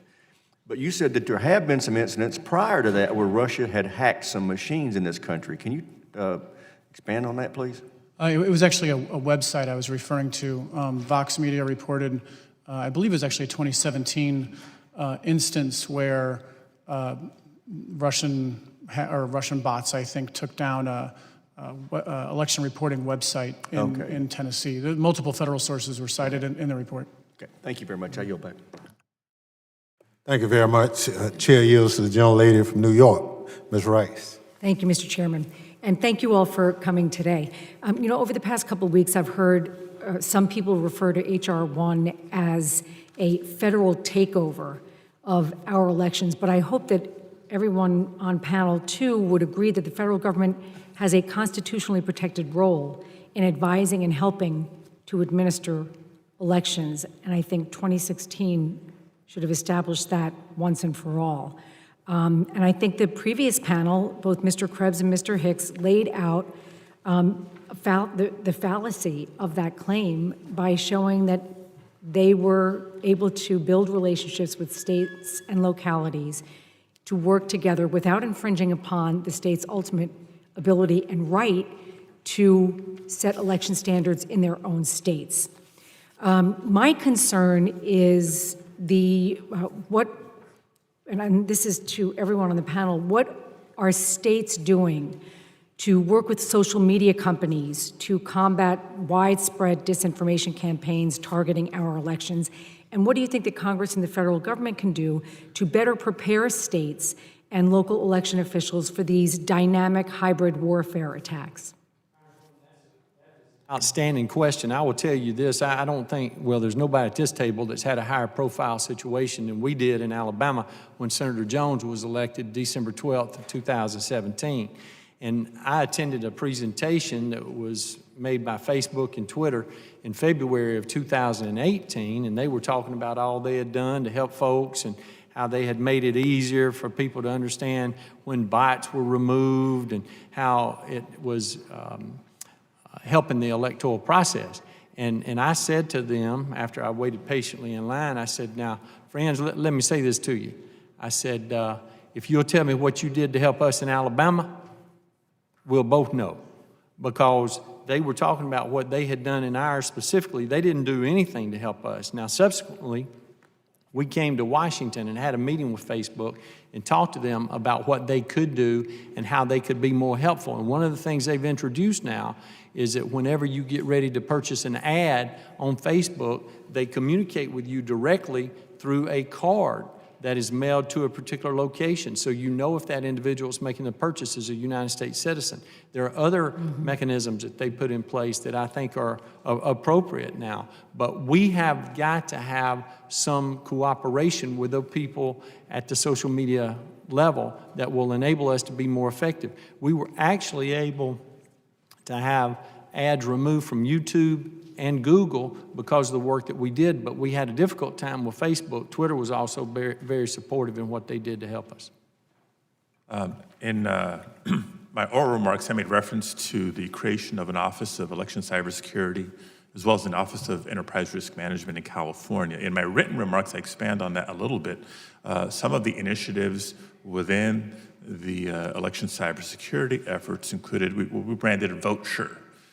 We put up a specific web portal with a lot of important voter tools, the Find Your Polling Place, Verify Your Registration Status, and a dedicated email address for the public to report suspected misinformation. In addition to that, some of our additional state funding allowed us to hire staff strictly dedicated to social media monitoring, not to censor candidates or campaigns, but to specifically look for erroneous information about the election or the voting process. Similar to what a lot of secretaries benefited from, a NAS conversation, the National Association of Secretaries of State conversation with representatives from Facebook and Twitter and others. I mean, we have the benefit that they're based in California, so we have a little bit quicker access to them. Creating specific protocols for being able to report to them where these specific complaints kind of jump to the front of the line for review, because if you submit something on election day, you can't wait for 7 days for it to be addressed. We ended up reporting close to 300 what we felt were misleading or inaccurate posts, tweets, et cetera, 98% of which the social media companies themselves took down because it violated their policies. So it's one example of monitoring, reporting, and relationship. And if I might, we've looked at this as sort of defending our institution on two fronts. One is this mis and disinformation front, and it's a place where as election officials we don't have a tremendous amount of control.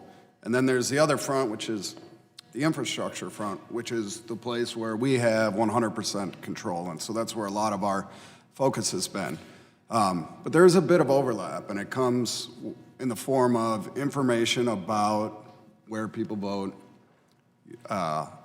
when you vote, sort of what you need to vote, ID requirements, things like that. And so it's really key that as election officials, as more and more folks drive voters back to trusted sources like us, that we remain trusted sources and are providing fully accurate information. And that means that we've got to sort of up the notch again on the infrastructure that we're protecting. One other note is that we've got to expand the services we provide. I think social media steps in where they think there are gaps in terms of driving registration outreach or showing up at the polling place outreach. They're filling gaps they perceive in the administration of elections. And to the extent that we don't fill those ourselves, there are going to be third-party providers that continue to do so. And that can result in challenging relationships because sometimes the information they rely upon can be inaccurate. Go ahead. Mr. Braun? Congresswoman, thank you for that question because I think it hits on the head of how this is such a national security problem. And at the University of Chicago, we spent a lot of time trying to update concepts like nuclear deterrence for cyber deterrence, which has really not happened yet in the national security world. And I think that the point that you're making, it's nearly impossible for us to stop Russia from doing something like they did in the Ukraine, where imagine election night 2020 and 12 battleground state websites are down because they've hacked the websites. And then Russian media is announcing that their preferred candidate had won the election. It would be chaos. And we can't really stop it from happening without a strong deterrence regime. And that's not in place yet. And it's something that, the national security establishment really needs to think through and implement. Thank you. Mr. Braun, I couldn't agree with you more. And let me just end with this thought. Everything that I've heard today over the past 3 hours and 15 minutes, I hope has established in all of our minds the need to address this issue from a nonpartisan stance, because this gets to the very heart of maintaining this democracy that whether you're a Republican or a Democrat, you love and you want to maintain. And I really hope that thanks to smart brains like you and the prior panel, and hopefully the commitment of everyone on this committee and throughout this body, we recognize how important it is to maintain the integrity of our democracy. Thank you, and I yield back, Mr. Chairman. Thank you. Chair recognizes the gentleman from Louisiana, Mr. Higgins.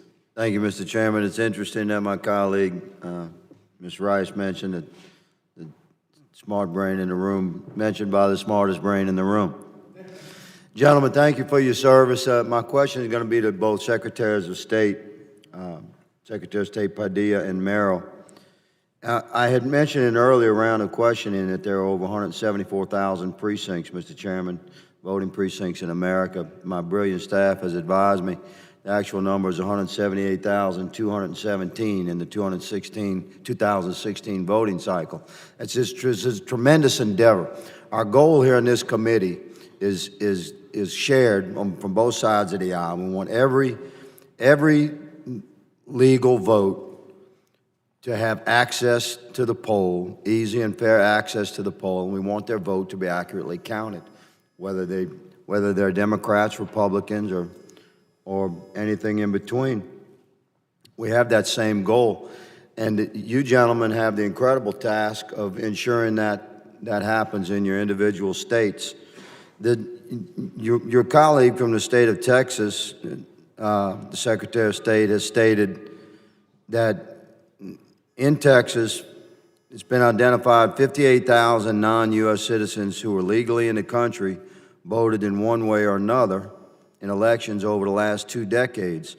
And may I remind all of us that sometimes even federal elections are determined by very few number of votes. Our colleague Will Hurd from Texas, 23rd District, his election was determined by 926 votes. So to say that that it's a small problem is not I don't think it's intellectually sound when that response is measured against elections that are determined by very few votes. So, Secretary of State Padilla, it seems to me, since we're dealing with Title III, election security, that's our jurisdictional authority in this committee. Security has phases to establish a perimeter, and you want to control access to that perimeter first, and then control action within that perimeter. So, how do you, good sir, in California, how do you guarantee the citizens of your state that access to a controlled voting environment, a precinct, is limited to a legal vote? And sir, I'll be asking you the same question. This is a spectrum beyond the control of the action. We spent a lot of time talking about how we confirm the accuracy of a vote and cyber interference, et cetera. How do we control legal access to that voting perimeter, good sir, in your state?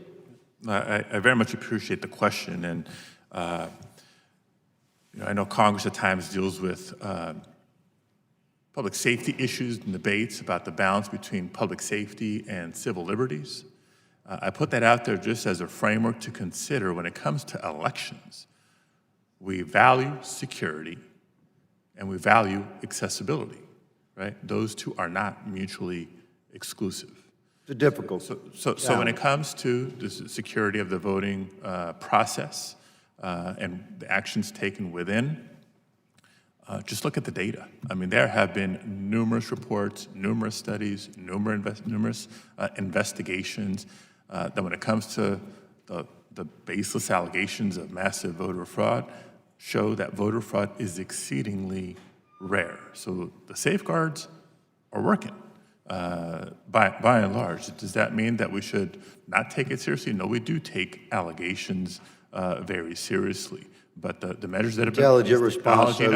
Let me give time to your colleague from Alabama, and before he answers, let me state that what we seek is reassurance at the state and local level, as we're dealing with 178,000 precincts, that legal access to that voting environment is recognized as a security concern if we're talking about jurisdiction over the security and the sanctity of our elections in America. This is certainly any reasonable man or woman would recognize this.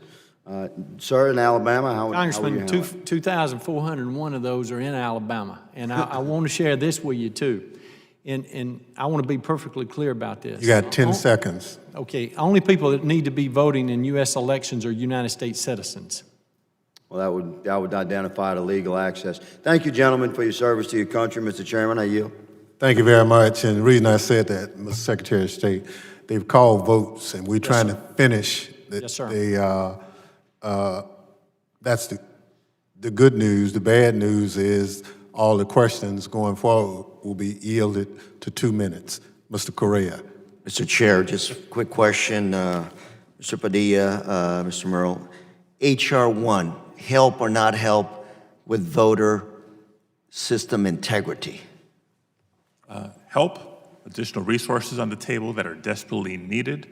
We've offered under a previous question some specifics on how to maybe improve upon the language to make it even more strategic for state investment. Congressman, it has the potential to, but not in the current form. Thank you. Thank you. Chair yields to the young lady from Arizona, Ms. Lesko. Thank you, Mr. Chair. And very quickly, I'm just going to ask one of the questions, and it will be to you, Mr. Merrill. Section 1302 of this bill, H.R. 1, criminalizes false statements or misinformation regarding elections and candidates. Much of how, in this bill, it determines if a person is in violation of these provisions is to their intent. The penalty written in the bill is a fine of up to $100,000 or up to 5 years in prison or both. I guess my question is, and how are we going to determine who's going to be the arbitrator in determining if something is misinformation or not? And I know I could tell you in my election, my opponent did a lot of misinformation about me. Are they going to be a criminal now as well? Well, Congresswoman, I want to make sure that you know this. We take voter fraud, which that would be a part of voter fraud, very seriously in our state. Since I've been the secretary, we've had 6 convictions and we've had 3 elections that have been overturned. Prior to the time that I became the secretary, we had not had any incident of occurrence that was reported, identified, investigated, and prosecuted. I brought a sheet. If you'd like to have it, I'll be happy to share it with you. We've had 874 unique instances reported in our office since we've been there, and all but 4 have been fully taken care of in one way or the other, and I've got a way to show you what we've done on that. I think it's important to know that we have a number of prosecutors in our state that are not really interested in advancing investigations into voter fraud because they think the penalties are too stiff. And so the penalties that are outlined in the code section that you just identified, I don't know that they are really commensurate with what the crime may be. And so I think there's a number of people who may be concerned about the implementation of that at any level.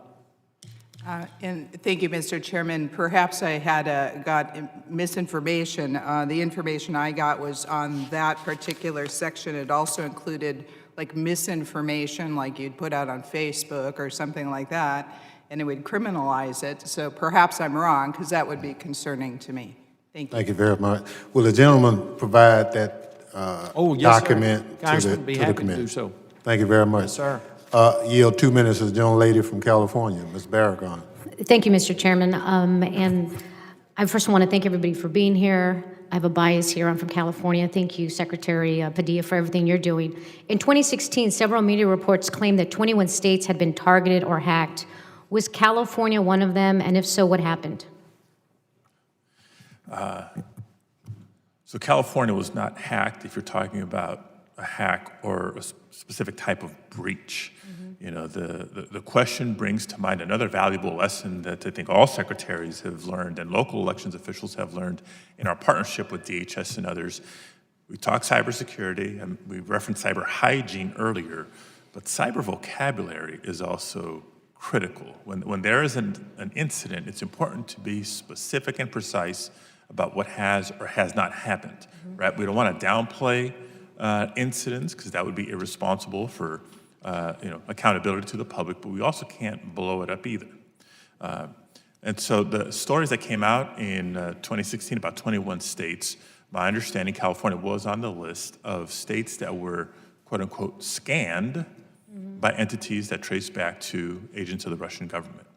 So what is scanning? You know, scanning has been described in lay terms as the equivalent of somebody in a neighborhood checking doorknobs to see if the doors are locked, right? You're looking for vulnerabilities. A scan in and of itself is not compromising a system. It's not flipping votes. It's not a theft of data. And so, frankly, scanning is very, very common in this day and age, given the technology that we all depend on now, not just in the election space, across industries.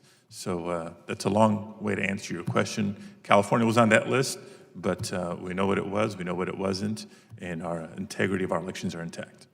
Thank you. I'll yield back, given the short time. Thank you very much. I'm sure Congressman Cleaver appreciates it. You have 2 minutes. Thank you, Mr. Chairman. Mr. Merrill, yes, sir. A short answer, if you can, you kind of confused me. Were you suggesting that there were a lot of much more voter fraud in the state of Alabama, but you didn't? There was no attempt to prosecute because the penalties were too stiff. Yes, sir. We have some. I actually have 2 incidences that I could share with you just briefly. 119 absentee ballot applications were mailed to one location, and nobody lives in that home. In another jurisdiction, 109 absentee ballot applications were mailed to the mayoral candidate's mother's home, and neither one of those have been prosecuted yet. Were there many more? Sir? Were there many more such cases? Oh, yes, sir. Yes, sir. We have them frequently. And they're not just related to certain parts of our state either. No, it's just interesting because most of the yes, sir. studies show that we didn't have a lot of mass voter Yes, sir. fraud. The main instances, Alabama is Congressman, we kinda see different. are in the area of absentee balloting, not in walk-up, in-person voting. Okay. My final question, I want you to tell me whether or not I'm right. Are elections equal? We have 8,000 voting jurisdictions, 8,000. 43 states use electronic voting machines. I mean, I can go and list a lot of different things that are different. And so you can't, I'm having difficulty. I went to seminary, they try to, when you do homiletics, you have to make things match. And so I can't fit it. If all these things are having, all these different states and territories are doing things differently, how can we all be equal? Anybody? Am I right or am I wrong? Am I right or wrong? If your premise is, look, this is the United States of America, and if you're 18 years or older and a citizen, with minimal exceptions, you have the right to vote, exercise that right to vote without any unnecessary obstacles, then it's how we achieve those in each state. Do some states have easier ways to be a registered voter if you're eligible? Yeah, some have better than others. Do some states offer more options for when, where, and how to cast a ballot? Unfortunately, yes, some states do better than others. My work in California has tried to make California, the leader of the pack when it comes to, yes, being secure, but being as accessible and voter-friendly as possible. Thank you. 30 seconds for the gentleman from Alabama. Yes, sir. Congressman, one of the things that I wanted to share was that since January the 19th, 2015, we've registered 1,199,909 new voters. We now have 3,473,030 registered voters. We have exceeded and surpassed any voter registration and voter participation records in the history of our state. And in that period of time, we have done more per capita than any state in the union to ensure that all of our eligible citizens are registered to vote and have an ID. Thank you very much. Thank the gentleman from Missouri for his question. Let me thank all the witnesses for your expert testimony. We will probably have some additional questions for you to respond back to us. I'd like unanimous consent to enter into the record the final report on the Democratic Congressional Task Force on Election Security and article on voting participation. Without objection. I thank the witnesses for their valuable testimony and members for their questions. The members of the committee, as I indicated, may have additional questions for the witnesses, and we ask you respond expeditiously in writing to those questions. Hearing no further business, the committee stands adjourned. Good hearing.